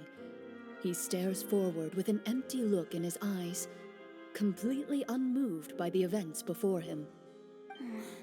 From the look of things, could the Prime Minister be the evil sorcerer? Or could both the King and the Prime Minister have fallen under the evil sorcerer's control? I would like to observe the number of guards stationed in the hall. The guards in the palace appear fully armed, their expressions solemn. Sensing the tense atmosphere in the room, they stand at the ready, each with a hand placed upon the hilt of their sword, as if prepared to draw their weapons and surround you at a moment's notice. Well, there goes my plan to turn the whole place upside down, I guess. It appears we've been visited by nothing more than a group of ill-intentioned imposters. What a pity. Guards, take them away and throw them in the dungeons. Before I decide your fate, however, I must first determine whether you have any accomplices outside the court. Can't we try to slip away? Or maybe start some kind of riot? But if we try to fight the guards right now... Don't worry. At least we figured out who's behind all this. Let's just play it by ear. If you're scared, Paimon, just hold my hand. Aw, thanks, you guys. You allow yourself to be led away by guards surrounding you on both sides. It's only when you begin to feel drops of water falling from the dungeon ceiling and smell the stench of death and decay all around you that you finally realize you've stepped into a completely different world. Stay here, and don't try anything funny. The guards lock the cell door and leave without looking back. Wait, sir! Your voice echoes through the dark hall, but the only response you receive is the sound of water dripping from the ceiling. No! What should we do now? Carve out a new path of fate with our own two hands, of course. I draw my weapon. You reach toward your waist, but find nothing there. You now recall that your weapons were confiscated before the guards locked you in the cell. The bag of treasure along with them. What about that knife I hid in my boot? When did you hide it in there? When I was thinking about digging a tunnel. Rejected. You failed to inform the GM of this course of action. Moreover, the guards would have conducted a thorough search before throwing you in prison. And the keys to the cell aren't anywhere to be seen? Correct. You don't even feel a lock hole on the cell door. Oh, well, there goes all our plans. Indeed. Huh? Why are you the one saying indeed? Because that statement holds true for me as well. This is where the script ends. What? But that's a terrible ending! Generally speaking, this should be the point where the scriptwriter gives the players some kind of hint, or gives the GM some kind of code for how to move forward. I mean, maybe they just really wanted us to be immersed in the feeling of being in prison? Like, they'll only show us the way out once we've grown truly and utterly desperate? That is a possibility. If only there were desserts and tea in real prison. Oh, wait, guess it's kind of how the Fortress of Meripede works if you're lucky. Oh, before I forget, Navia, the short sword you had with you earlier. I took a closer look, and the craftsmanship doesn't appear to resemble anything from this era. If I remember correctly, that style was last in vogue several hundred years ago. Wait, Cloran said that sword used to belong to her master, right? Does that mean her master has been alive that long? I doubt it. The way she went about things often made her seem childish more than anything. I'd say the sword was most likely an heirloom passed down over time. Hang on. A precious heirloom passed down to you by your master. And you gave it to me just like that? You weren't worried I might lose it? Master left many things to me when she disappeared. There was the sword, an old key, and a good amount of junk she probably just didn't want to take with her. I gave you the sword back then, because I didn't want our friendship to end. Wait, when did this happen exactly? After the duel between Mr. Callis and myself. Before that, Clorinde would have meals with us and even stay over at the Spina some days. She was on great terms with Papa as well. After the duel, though, there was a period of time where we simply didn't know how to face each other. She entrusted this sword to me, and never came back. We were both sad, and conflicted, and totally overthinking everything as a result. Whenever I looked at this sword, I couldn't help but wonder if Miss Petronia had never introduced us to each other at that picnic. Maybe part of the sadness I was feeling could have been avoided. Back then, it felt like I hadn't just lost a father, but a close friend as well. No one can change the past. The most important thing is that you two found your way back to each other and can enjoy things like this together. Yep, you're right. I'm sorry, you two. I didn't mean to bring up any sad memories. Think nothing of it. No one here is at fault.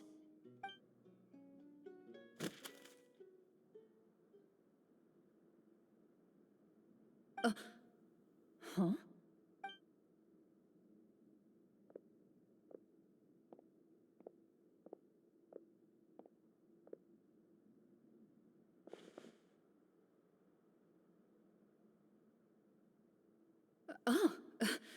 Looks like the next part of our script is here. Perfect timing. The situation was really starting to get desperate. And not just because of the prison thing. From Clarenne's face, Paimon really can't tell if it's good news or bad news.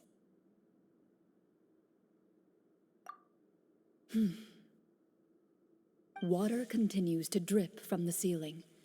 In this lightless dungeon, you lack a reliable way to tell how much time has passed.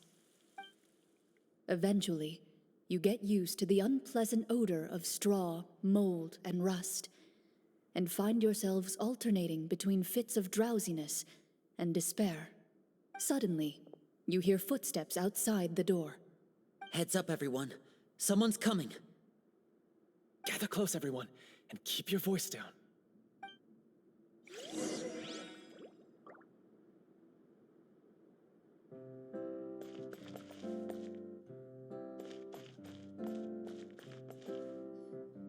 Who are you? I work as a guard in these dungeons, but my true identity is the same as your own. I'm also a Marechaussee hunter. Huh? Shh. I've already sent away the other guards, but if we make too much noise... I understand, but how can we be sure we can trust you? The king has issued a formal decree. In light of the irrefutable proof of your crime, you're to be executed before tomorrow's sunrise. If you want to escape, it has to be now. Executed? We barely did anything! Monsters appearing at the same location as the treasure. Could this entire thing have been a trap? There will be time for speculation once we're out of here. As for my identity, I have no way to prove that to you just yet. Infiltrating the capital was difficult, and finding a chance to speak with you has taken a lot out of me. I could go on, but I think we can all agree that now is not the time for details.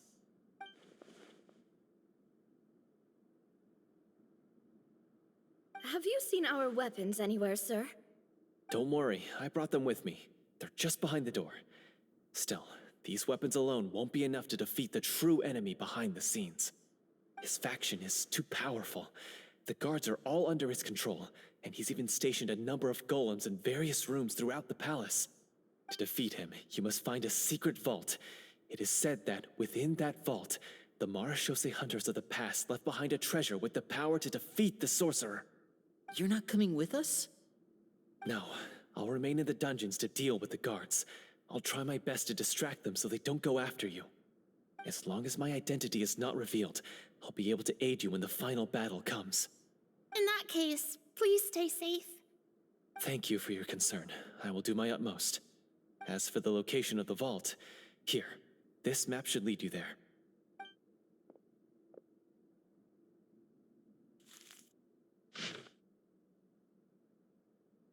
Got it. All right, once I open the door, remember to stick close and refrain from making any noise. I'll lead you out of here as quickly as possible. You now have the chance to restore the honor and legacy of the Mara Shosei Hunters. So please, get out there and reclaim what's ours. And be sure to exercise caution. With the help of the guard, you successfully escape the dungeons. Your sense of despair and anxiety both seem to fade as you continue your quest.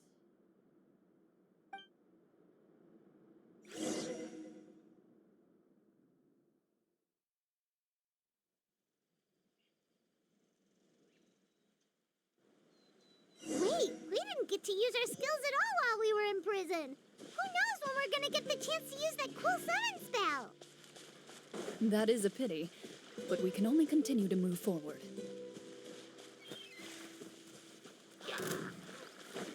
Overruled!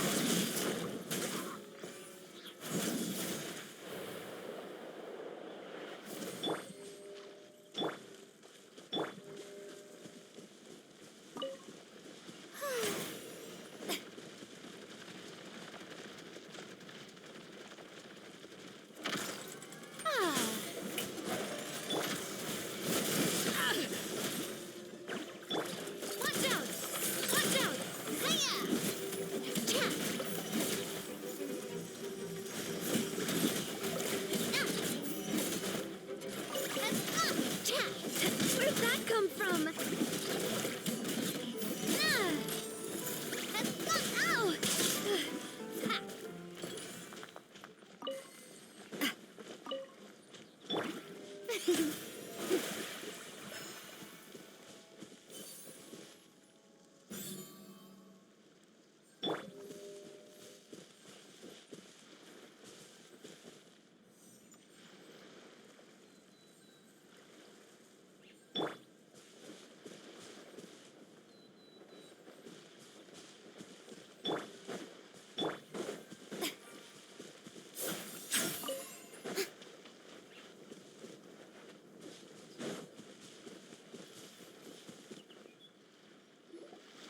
This should be the place marked on the map. This bit of rock certainly looks suspicious. Well, I'd say an investigation's in order then. Plus, if all else fails, we can just blow it up. Wow, you really meant that. Before you lies a serene stretch of open water, its surface shimmering a brilliant shade of sapphire blue. Well, guess this means it's time for a swim.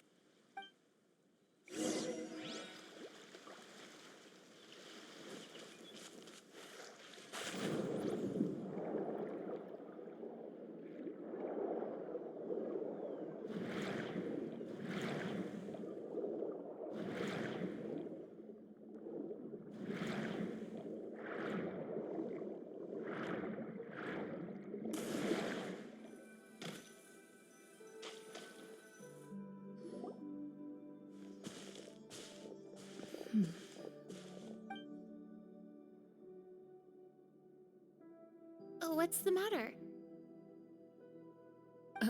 It's nothing. As you step into the cave, you find yourself in an eerily quiet space. Before you lies a narrow passageway that appears to trail off endlessly into the distance.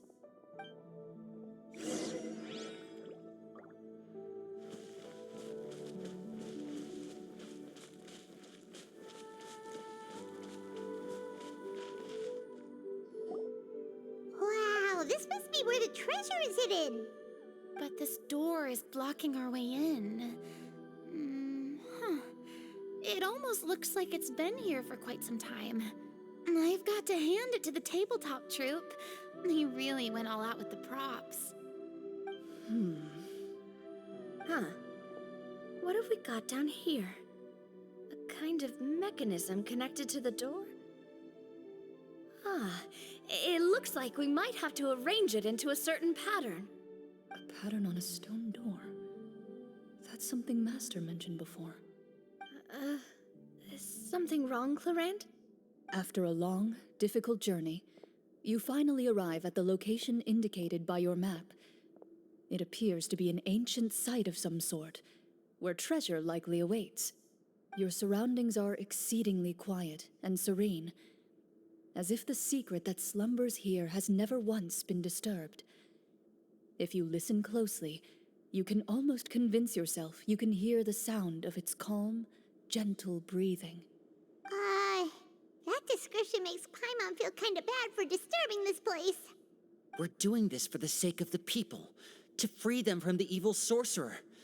I say it's time for this treasure to once again see the light of day. Linny's right. We need to keep going. The future of the kingdom depends on it. The next part of the story requires us to solve the puzzle, right? Let's start exploring the area. Yes, that should be fine. Something feels off about all this. Guess I'll just have to improvise.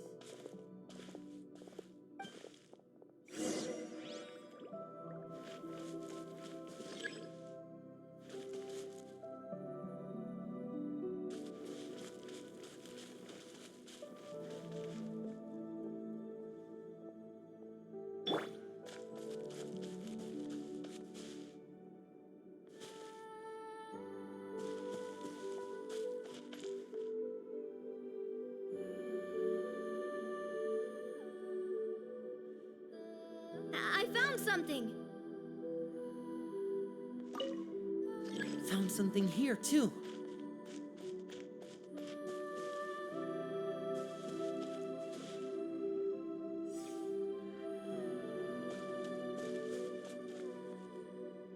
Same here!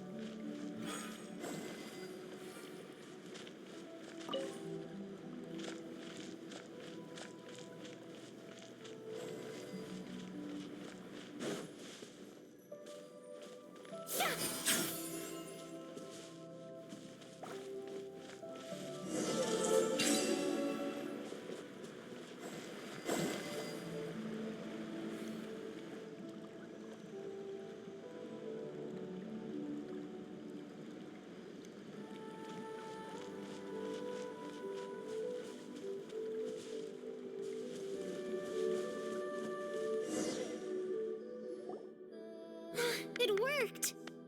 Something just appeared. Some kind of new mechanism, maybe? By solving the puzzles, you prove yourselves worthy of inheriting the secrets of the past. At the end of each puzzle, you're rewarded with With? a key. Oh, it must be the key to the big door. Huh? This is one of the Marechaussee Hunter keys that are passed down from generation to generation. It looks just like the one Master passed down to me. It is said that 4 keys in total are required to form the final, complete key.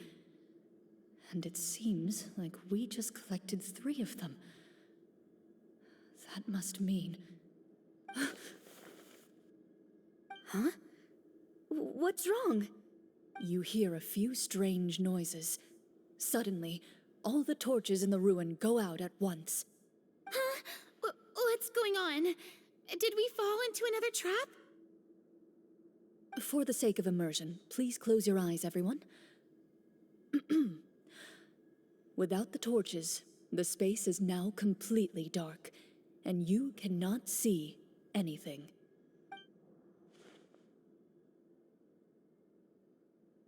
But Paimon can still see a little bit over here. Oh, right. Sorry. Suddenly, you hear the sound of footsteps pierce through the darkness. There's someone else here?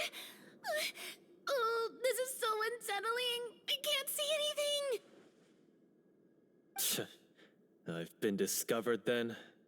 Wait, that voice, it's... You recognize the voice as belonging to the guard who led you to this place. It appears he now covets the treasure for himself and has come to stake his claim. Oh, so this is just part of the script. Then I can probably relax. Well, if we can't see anything, that means we can't fight to the fullest of our abilities. Should we retreat for now? Judging by the way he's holding his sword, he must be a real Marashose hunter. But this isn't part of the script. Retreat? That's not the hunter way. If it's dark for us, then it's dark for him. We choose to fight. Your choice is noted. Please keep your eyes closed until I tell you the torches have been relit. This battle will be in the dark. You got it! Well then, let us begin.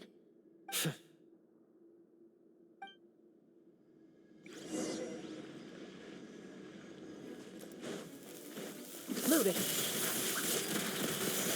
I'd like to try to hit him with my sword. Your strike is successful. Ha! You're facing a veteran Marashose hunter. You don't stand a chance.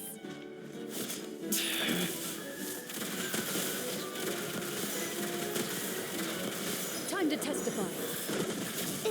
Is he still standing? Could... Is it over? Can we open our eyes now? The enemy is strong and relentless, but the battle is nearing its end. The torches have not been relit. What about now? Final strike. Ha!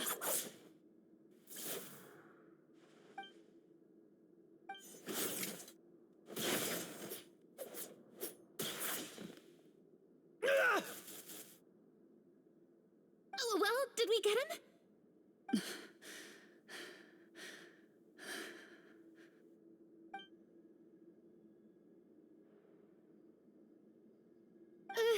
Glorian?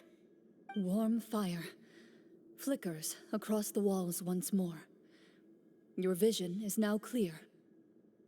In an impressive display of courage, the 4 of you successfully defeat the uninvited guest. That look in his eyes. It's like he became an entirely different person as soon as I defeated him. Huh? Mr. Florian? Oh, wait. We're supposed to be role-playing. I should stay in character. Speak your name, guard. Why did you lead us here just to betray us? Is this treasure really more important to you than bringing peace to the kingdom? What kingdom? What peace? Those were nothing but lies. I, Florian, am a true Marashose hunter, descended from hunters of ages past. So he's also using his real name. Or, wait, was that the name of his character from the very beginning? Then I'm even more confused. If you truly are a Marashose hunter, shouldn't you want to help us just like you said before? Shouldn't we fight together for the sake of the people? What do you know? In this day and age, there's no glory to be had as a Marashose hunter. What's that supposed to mean? My skills were passed down to me by my father, We lived a life of obscurity in the remote wilderness. Still, he devoted everything he had to being a Marashose hunter. And what did he get in return? A life of poverty and pain. In a world that forgot all about him. When he died, not a single person came to mourn his passing. The Marashose hunters were the ones who saved this city. We're heroes. We deserved more recognition and respect than this. Is he talking about how no one in the capital seems to remember the hunters and their legacy? I didn't expect the script to contain this level of social criticism. So that's why you want to take the treasure for yourself? You feel like you're owed fame and wealth? If you already knew where the treasure was located, why didn't you just come down here and take it?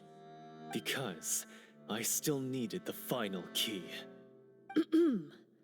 Only a true Marashose hunter is capable of passing through this final door. As someone who sought to hurt others for his own gain, Florian lost that right long ago. Okay, but what is this treasure anyway? We've got all the keys, right? So can we just go in and take a look? You're sure you want to go in? We've been talking about it for so long. Of course we want to see what's inside. And we've already defeated Florian, right? So he won't try to take it from us anymore. Pesky brats. Watch yourself. Then let's open the door together. All right. Your choice of action is confirmed.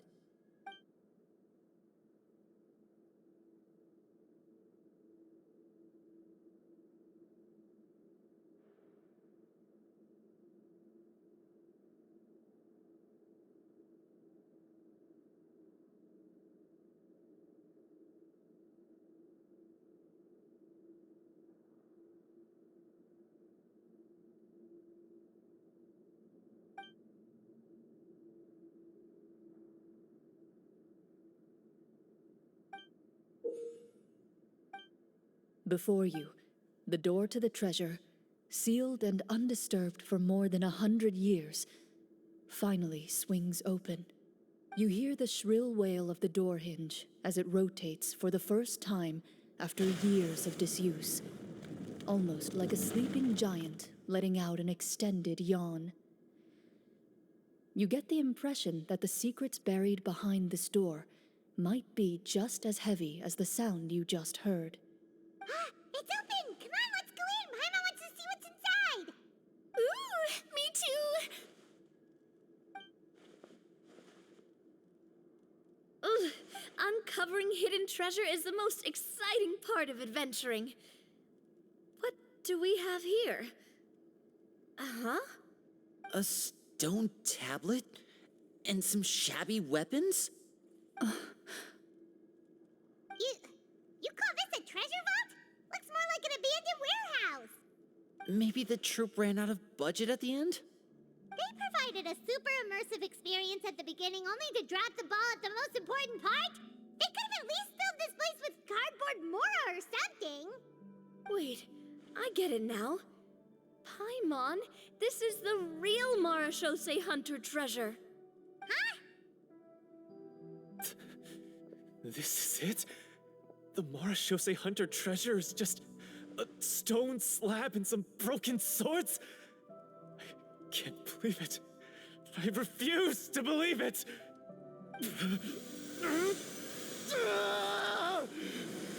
Whoa, are you okay? The Marashose hunter before you appears to suffer a serious mental breakdown. He needs to leave the room for a moment to collect himself. One of you seems to understand the significance of the treasure already. If the rest of you wish to follow suit, you may remain here in the meantime and explore your surroundings.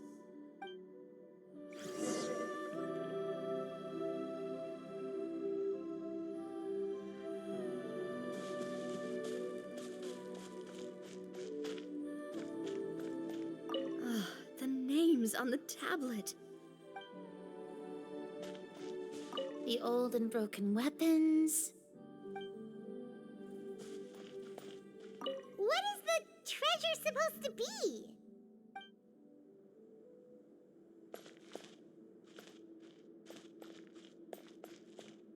Walter.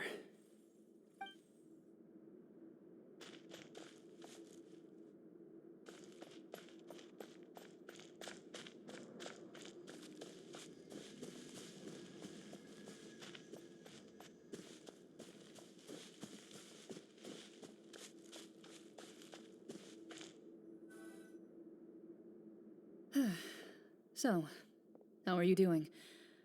Feeling any better? What just happened? Do you remember how you got here? Or what happened to your body just now? I remember now. I brought you here because I wanted to... The explosives in the cave! You mean these? Huh? How did you... I could tell something was off the moment I stepped into this cave, so I kept an eye out. I've already dismantled the whole thing. So the strongest champion duelist in all of Fontaine saved the day once again. Guess I shouldn't be surprised. It would seem your skills as a Marechaussee hunter are as sharp as ever. I deserve some answers, don't you think? Tell me why you wanted to lure me here. Everything you said earlier sounded like the truth.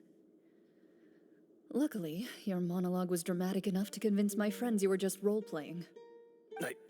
I don't know. I just always felt like there was something in my heart that didn't belong to me.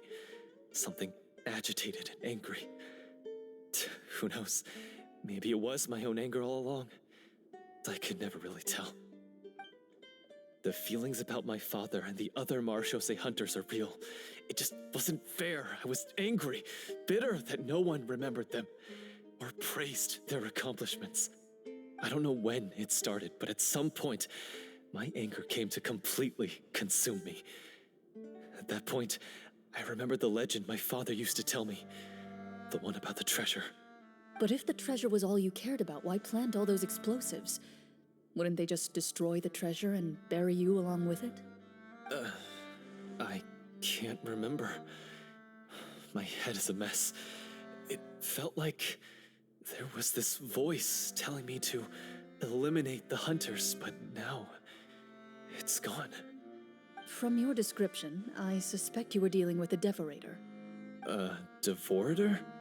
Oh, your master, your father, I mean, never talked about it?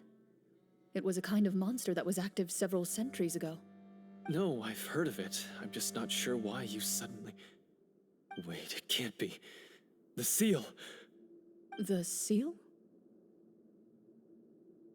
My family has served as Marechaussee hunters for many generations. But the title and swordsmanship weren't the only things passed down over our line.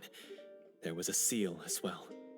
My father instructed me to always watch over that seal and maintain it regularly. He said it had been passed down over a truly ancient age, and protecting it was our clan's most important duty. But I neglected that duty after he died. I finally decided to come down and check on it one day, and that's where my memories become fuzzy. The Devorator would be a formidable adversary for any mortal being, even ones as capable as the Hunters. If you lacked the power to completely destroy it, you could easily fall prey to its influence and corruption. In light of this, some Marechaussee hunters chose to seal the Devorator away, in the hopes that a permanent solution would come with the passage of time. I heard it has the power to amplify the obsessions and desires in people's hearts, to the point where they overtake you entirely. It would seem I'm not just lacking in skill with a blade, but in mental fortitude as well. And yet, you were able to retrieve 3 of the 4 keys. If I remember correctly, each was entrusted to a respected and capable hunter. How did you manage it? One of them belonged to my father. The second I stole from a different hunter. And the third... was one that I snatched while the person was on the way home from the tavern. I nearly died in that alley. I know just how strong you are. It's as clear as day to everyone in Fontaine. I observed you from dusk to dawn, but could never find any opportunity to sneak up on you. I never even saw you drink a single glass of liquor.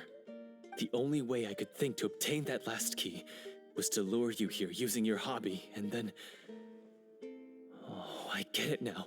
That monster, it wanted to bury you here alongside the treasure. I won't comment on anything else, but the script was good. Well, I did pour my heart and soul into it.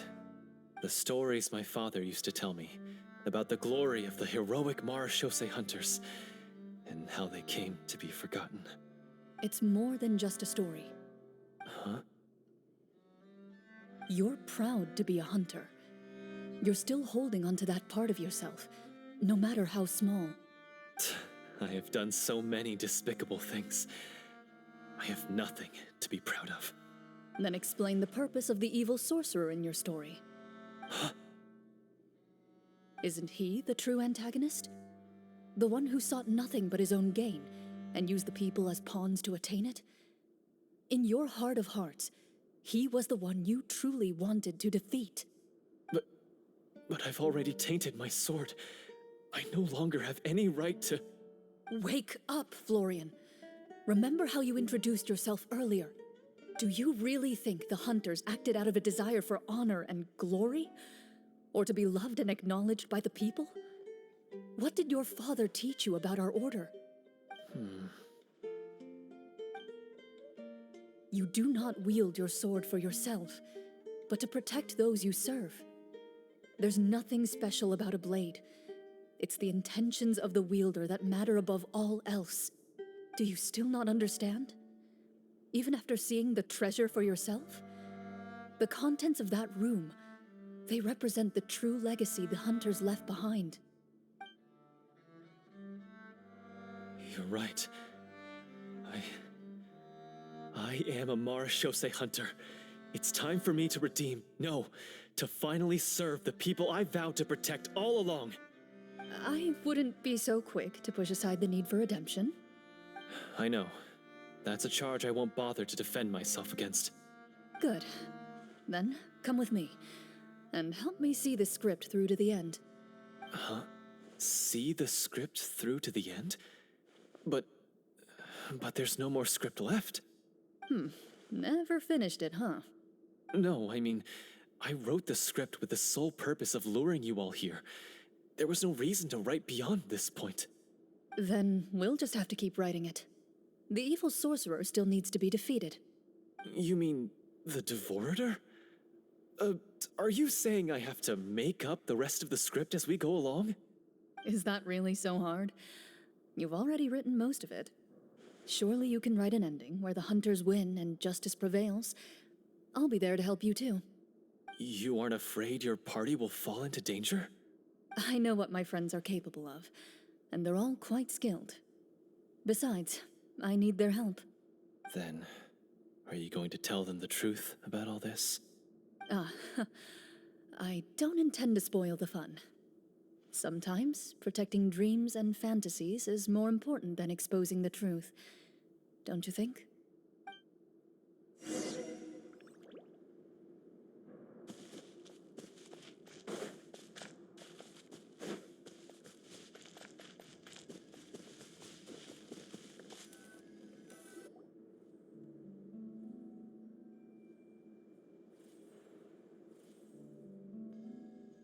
They're back! That took a while. Ahem!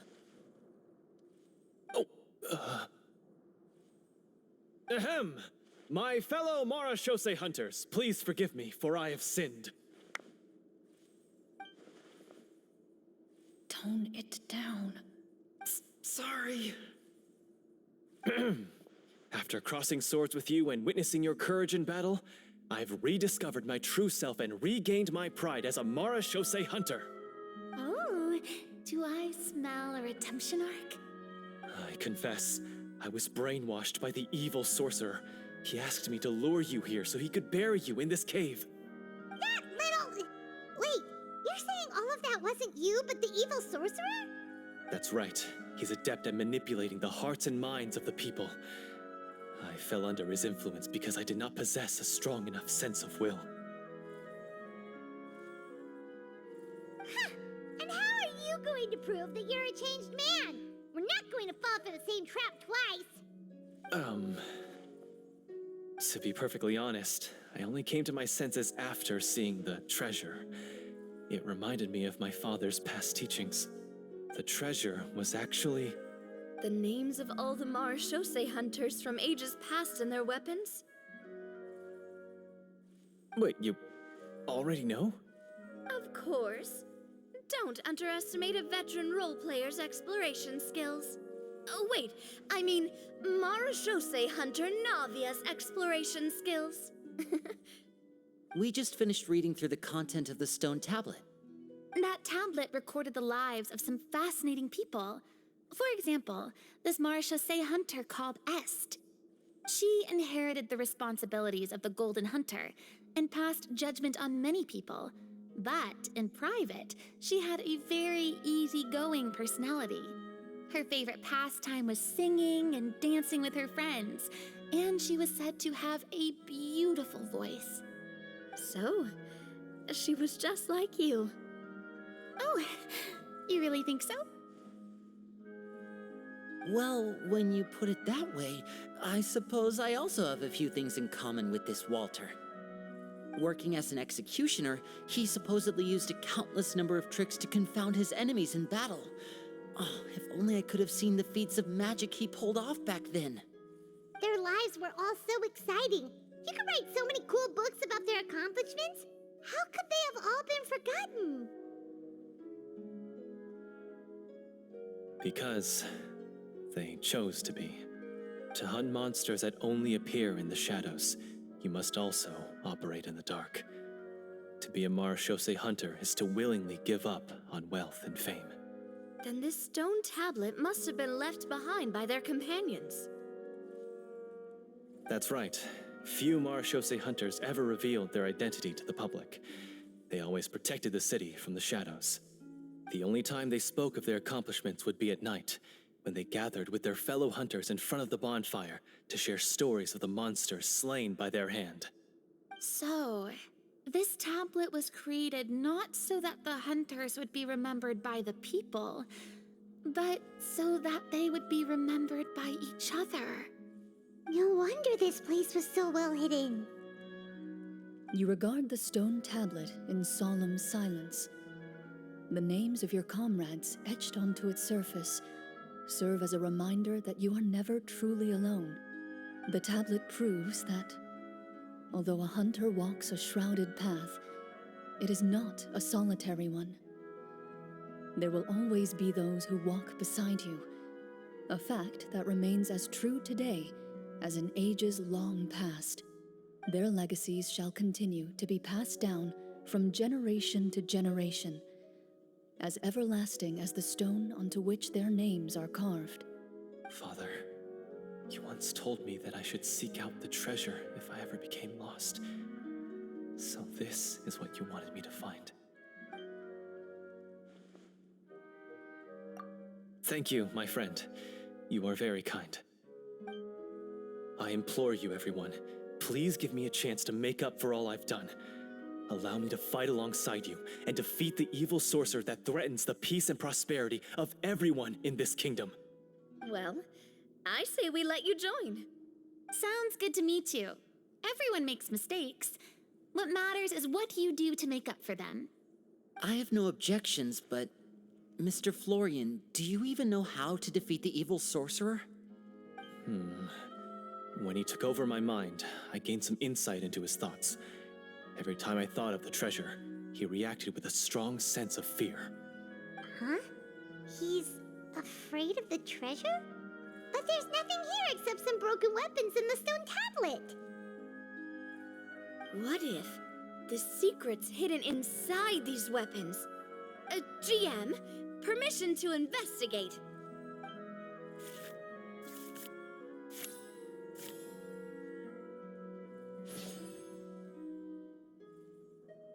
At first glance, the weapons appear absolutely ordinary. But as you observe them, you notice a faint energy emanating from within. These blades have slain countless monsters. Though it's been a long time since they were used in battle, their edges remain sharp, as if they're simply waiting for the next worthy hunter to carry on their legacy. So basically take these with us, right? I'll take this weapon, since it used to belong to Est. Maybe it'll find comfort in being held by someone who appreciates the arts. Good idea. I'll take Mr. Walter's bow then. From one archer-magician to another. Paimon's gonna pick a cool weapon too!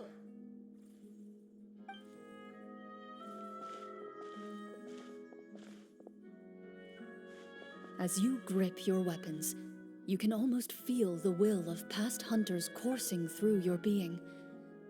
It's a feeling of courage, determination, a silent vow passed down from generation to generation that says, eradicate the monsters, no matter the cost.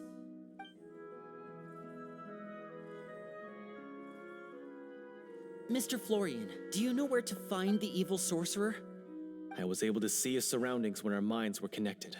I believe he's currently hiding out at the church in the kingdom. We must be extremely careful. He's spent so long living among monsters that he's now taken the form of one. He will not be easily defeated. Then why don't we explore some more and try to find some higher level gear? We don't want to just fight him and lose, right? Oh, No, we have to strike now. He was greatly weakened when I managed to break out of his control. If we let him rest, he might have time to escape. I agree with Mr. Florian. We've got to act while we have the advantage. Don't forget, the people of the capital are counting on us. Yeah, now that we've got a plan, there's no point in waiting. The longer this drags on, the worse it will be for everybody. Yes, that's what's called...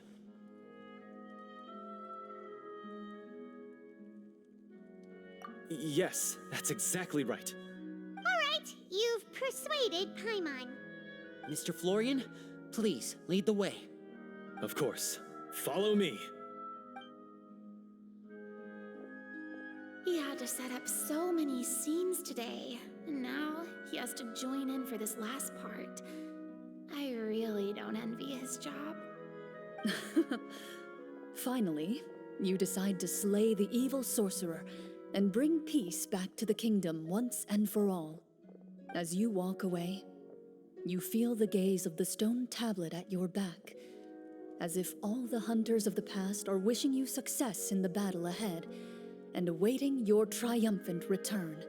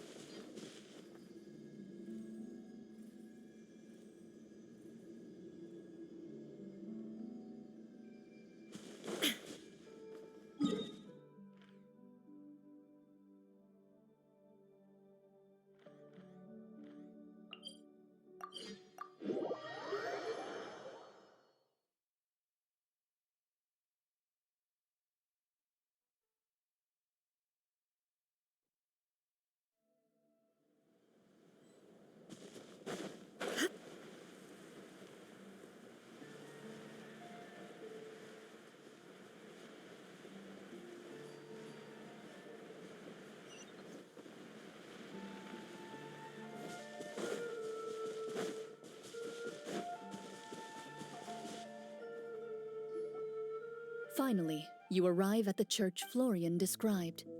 As you approach, an ominous aura surrounds you. You get the sense that your enemy is close at hand. How strange. This uneasy feeling seems so real. How did they manage that? Now, it is time for the final battle. Let's go!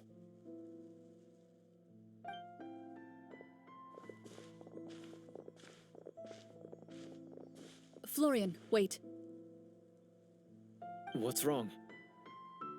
I think you should wait outside. You've already been corrupted by the Devorator once.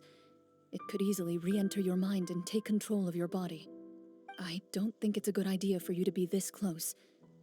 If it corrupts you again, it's possible you might take on a new form entirely. That's exactly why I have to go. Why I should be at the very front. You mean... Yes. I intend to lure it into my body. That's too risky. If things get out of hand, I might have to kill you. Do you understand how dangerous this is? I understand, but if I do this, you'll have a clear and visible target. The Devorator will have a hard time passing up a chance to enter a body it knows how to control. You won't have to worry about any of your friends being taken over. You're not like me, Miss Clorant. You're a just and powerful Marachose hunter. The monster broke free due to my error. It's only right that I shoulder the responsibility for its destruction. This is something that I have to do. Consider it a duel to restore my honor. My only request is that you give it your all.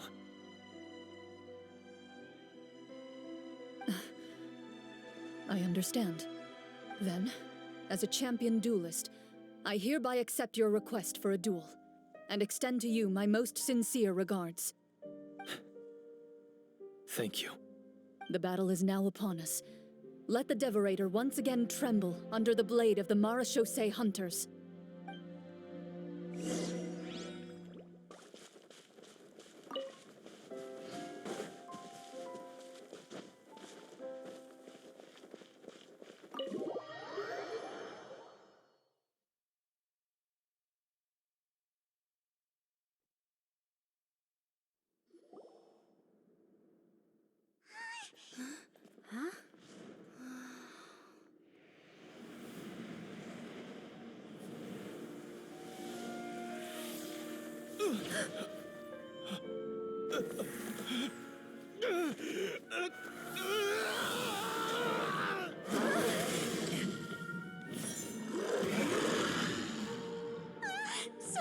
So lifelike!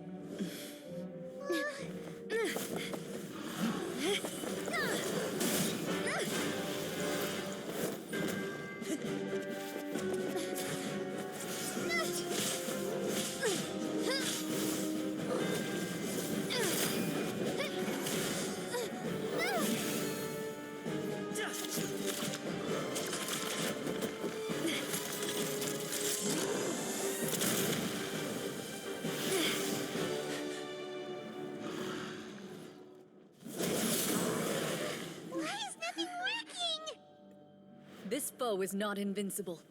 You hold the treasure, the power to defeat it, in your own 2 hands.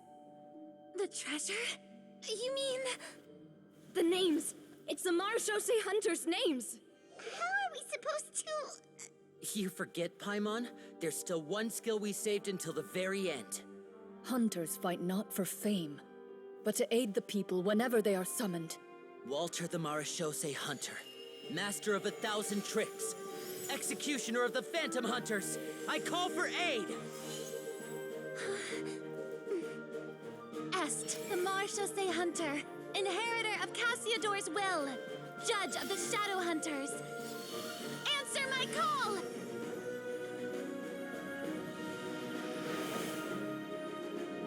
Petronia, protector of justice and order, the hunter I respect the most.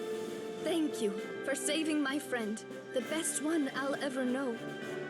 Please, lend us your strength.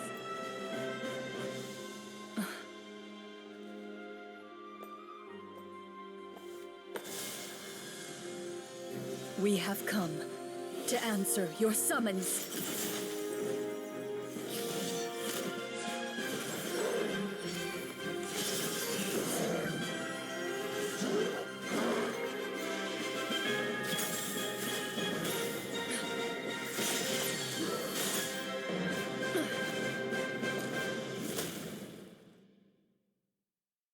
And so, the monsters were eradicated, and the sorcerer was defeated. Peace soon returned to the capital. Those in the court, manipulated by the sorcerer, also recognized the errors of their ways. Some remembered the names of the heroes who saved their kingdom, but others simply continued their lives none the wiser. Such is the story of the Marachose hunters.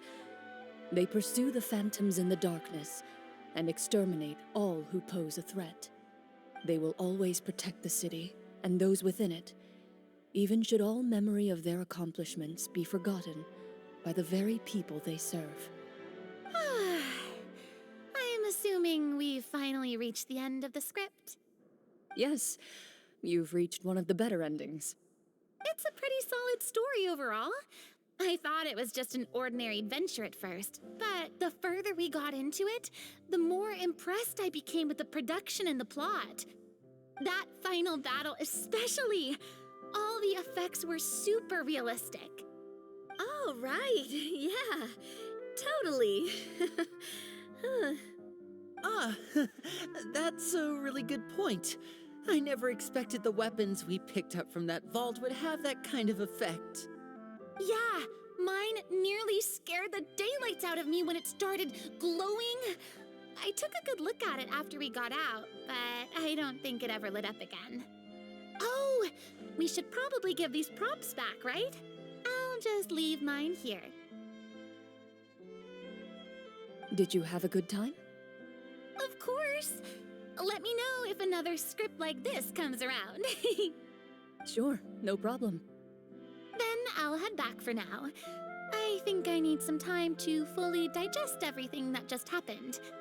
Once Mr. Florian is awake, please pass on my regards to him. He must be extremely exhausted to have passed out cold like that. You're right. He's had a lot to deal with. Well, see you all some other time. Toodaloo!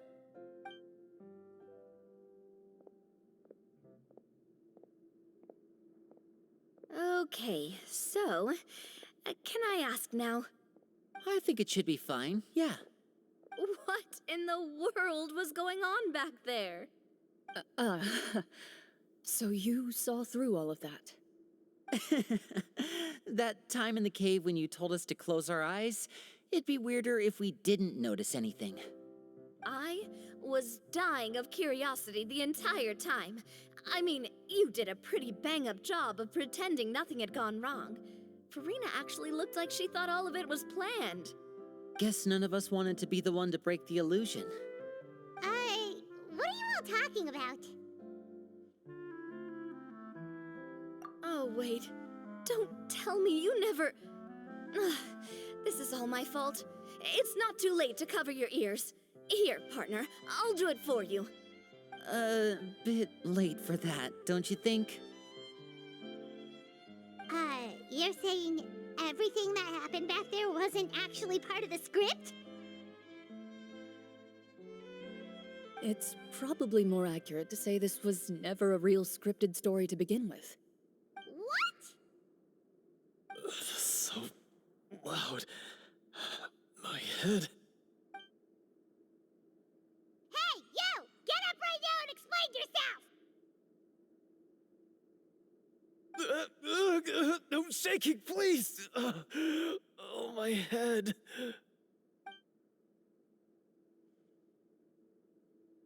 Did Paimon just hear that right? You guys made up that whole last part on the spot? It's not nice to lie to people, but Paimon's got to admit that was a really good story, Florian. Oh, and nice improvisation, Florian! Yeah, it was like watching a magician improvise a spectacular magic trick after forgetting an important prop. If Paimon knew something was wrong with that vault, she would have floated straight in the opposite direction. Everything was under control. As if you've ever described a situation as being out of control. I'm pretty sure any situation you consider to be easy to handle would scare a reasonable person half to death. Guess I'm just used to it. You must run into a lot of unexpected situations then. That explains why you're so good at coming up with things on the spot. As for you, Florian... I know there's no excuse for what I did. I'll turn myself into the guards at once, confess my crimes, and accept any punishment that comes my way. I would say you've already suffered more than enough. What? You may have been blinded by fame and fortune in the beginning, but your actions during the final battle had proven you to be a true Marechaussee hunter. You'll be far more used to the city above ground than below. Your job as a hunter is more important. But... Of course, you'll still need to take the keys and pay a personal visit to the 2 hunters you wronged. Prepare to accept any terms they give you as well. Yes, of course. As far as I'm concerned, though, your showing in the duel was enough to prove your honor. Then I'll do exactly as you said. I'll go return those 2 keys right now. Thank you so much, everyone. I'll do my best to prove myself worthy of the second chance you've given me. I swear this on my name and honor as a Mara Shosei hunter. Until we meet again, everyone.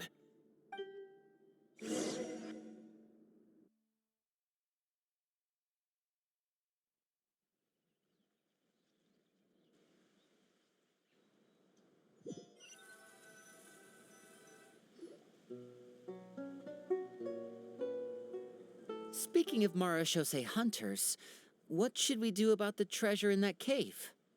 Leave it be. Are you sure? We could show it to people, make it so that the hunters are remembered. Don't you want that? No. Every name on that tablet made the same choice. All hunters know what the path entails. I am no exception. My identity as a Mara Shosei hunter is not something I need people to remember. I wish only to be recognized as a champion duelist. Nothing more. That's certainly very different from the path of a magician. Still, I admire your decision. Wait, I just remembered something. If there were no special effects involved, why did our weapons begin to glow during the battle? That's because the Mara Shosei hunters of ages past would often imbue their weapons with special enchantments to suppress the monsters. Whenever a monster was nearby, their weapons would start to glow. Oh, so that's why they had an effect on that guy near the end. I really thought the summons were doing all the work. Well, I'm sure the summons were a part of it too. Oh? How so? This particular devorator probably hailed from the same era as the hunters we saw in the room. The names you recited all belonged to the bravest hunters. Countless monsters fell to their blades. That's likely why the devorator visibly reacted when you said them out loud. So the names held the power all along. Navia, everything you said during your summon. Huh? Oh, I meant what I said. I mean, it was true to my character, so yeah, I'm glad you heard it. Just don't make me repeat myself. It's embarrassing. I really appreciated those words. All right. Don't get all sentimental on me. Anyway, let's not talk about that anymore. I'm going to go on ahead. Don't fall too far behind now. She ran off! I should probably head back as well. This story was truly incredible. I might have to spend the whole night telling my siblings all about it. Goodbye.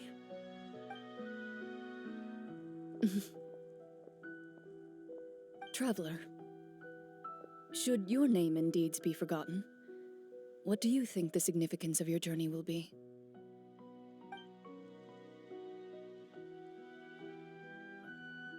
I suppose the significance would be the journey itself and the world we helped create.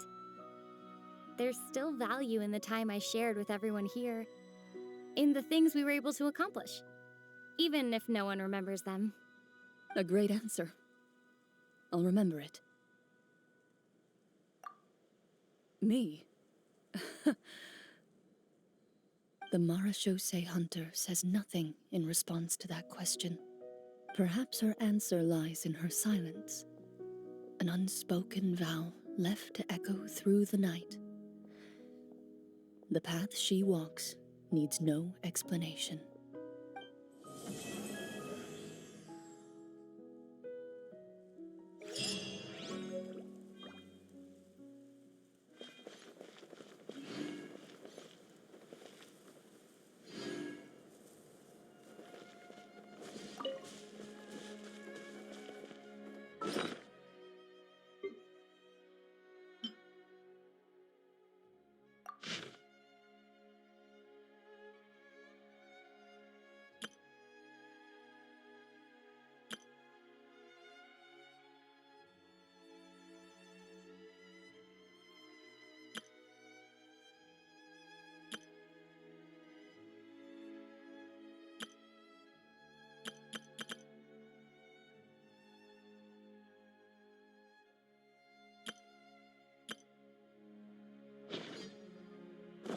world remains constant over the centuries.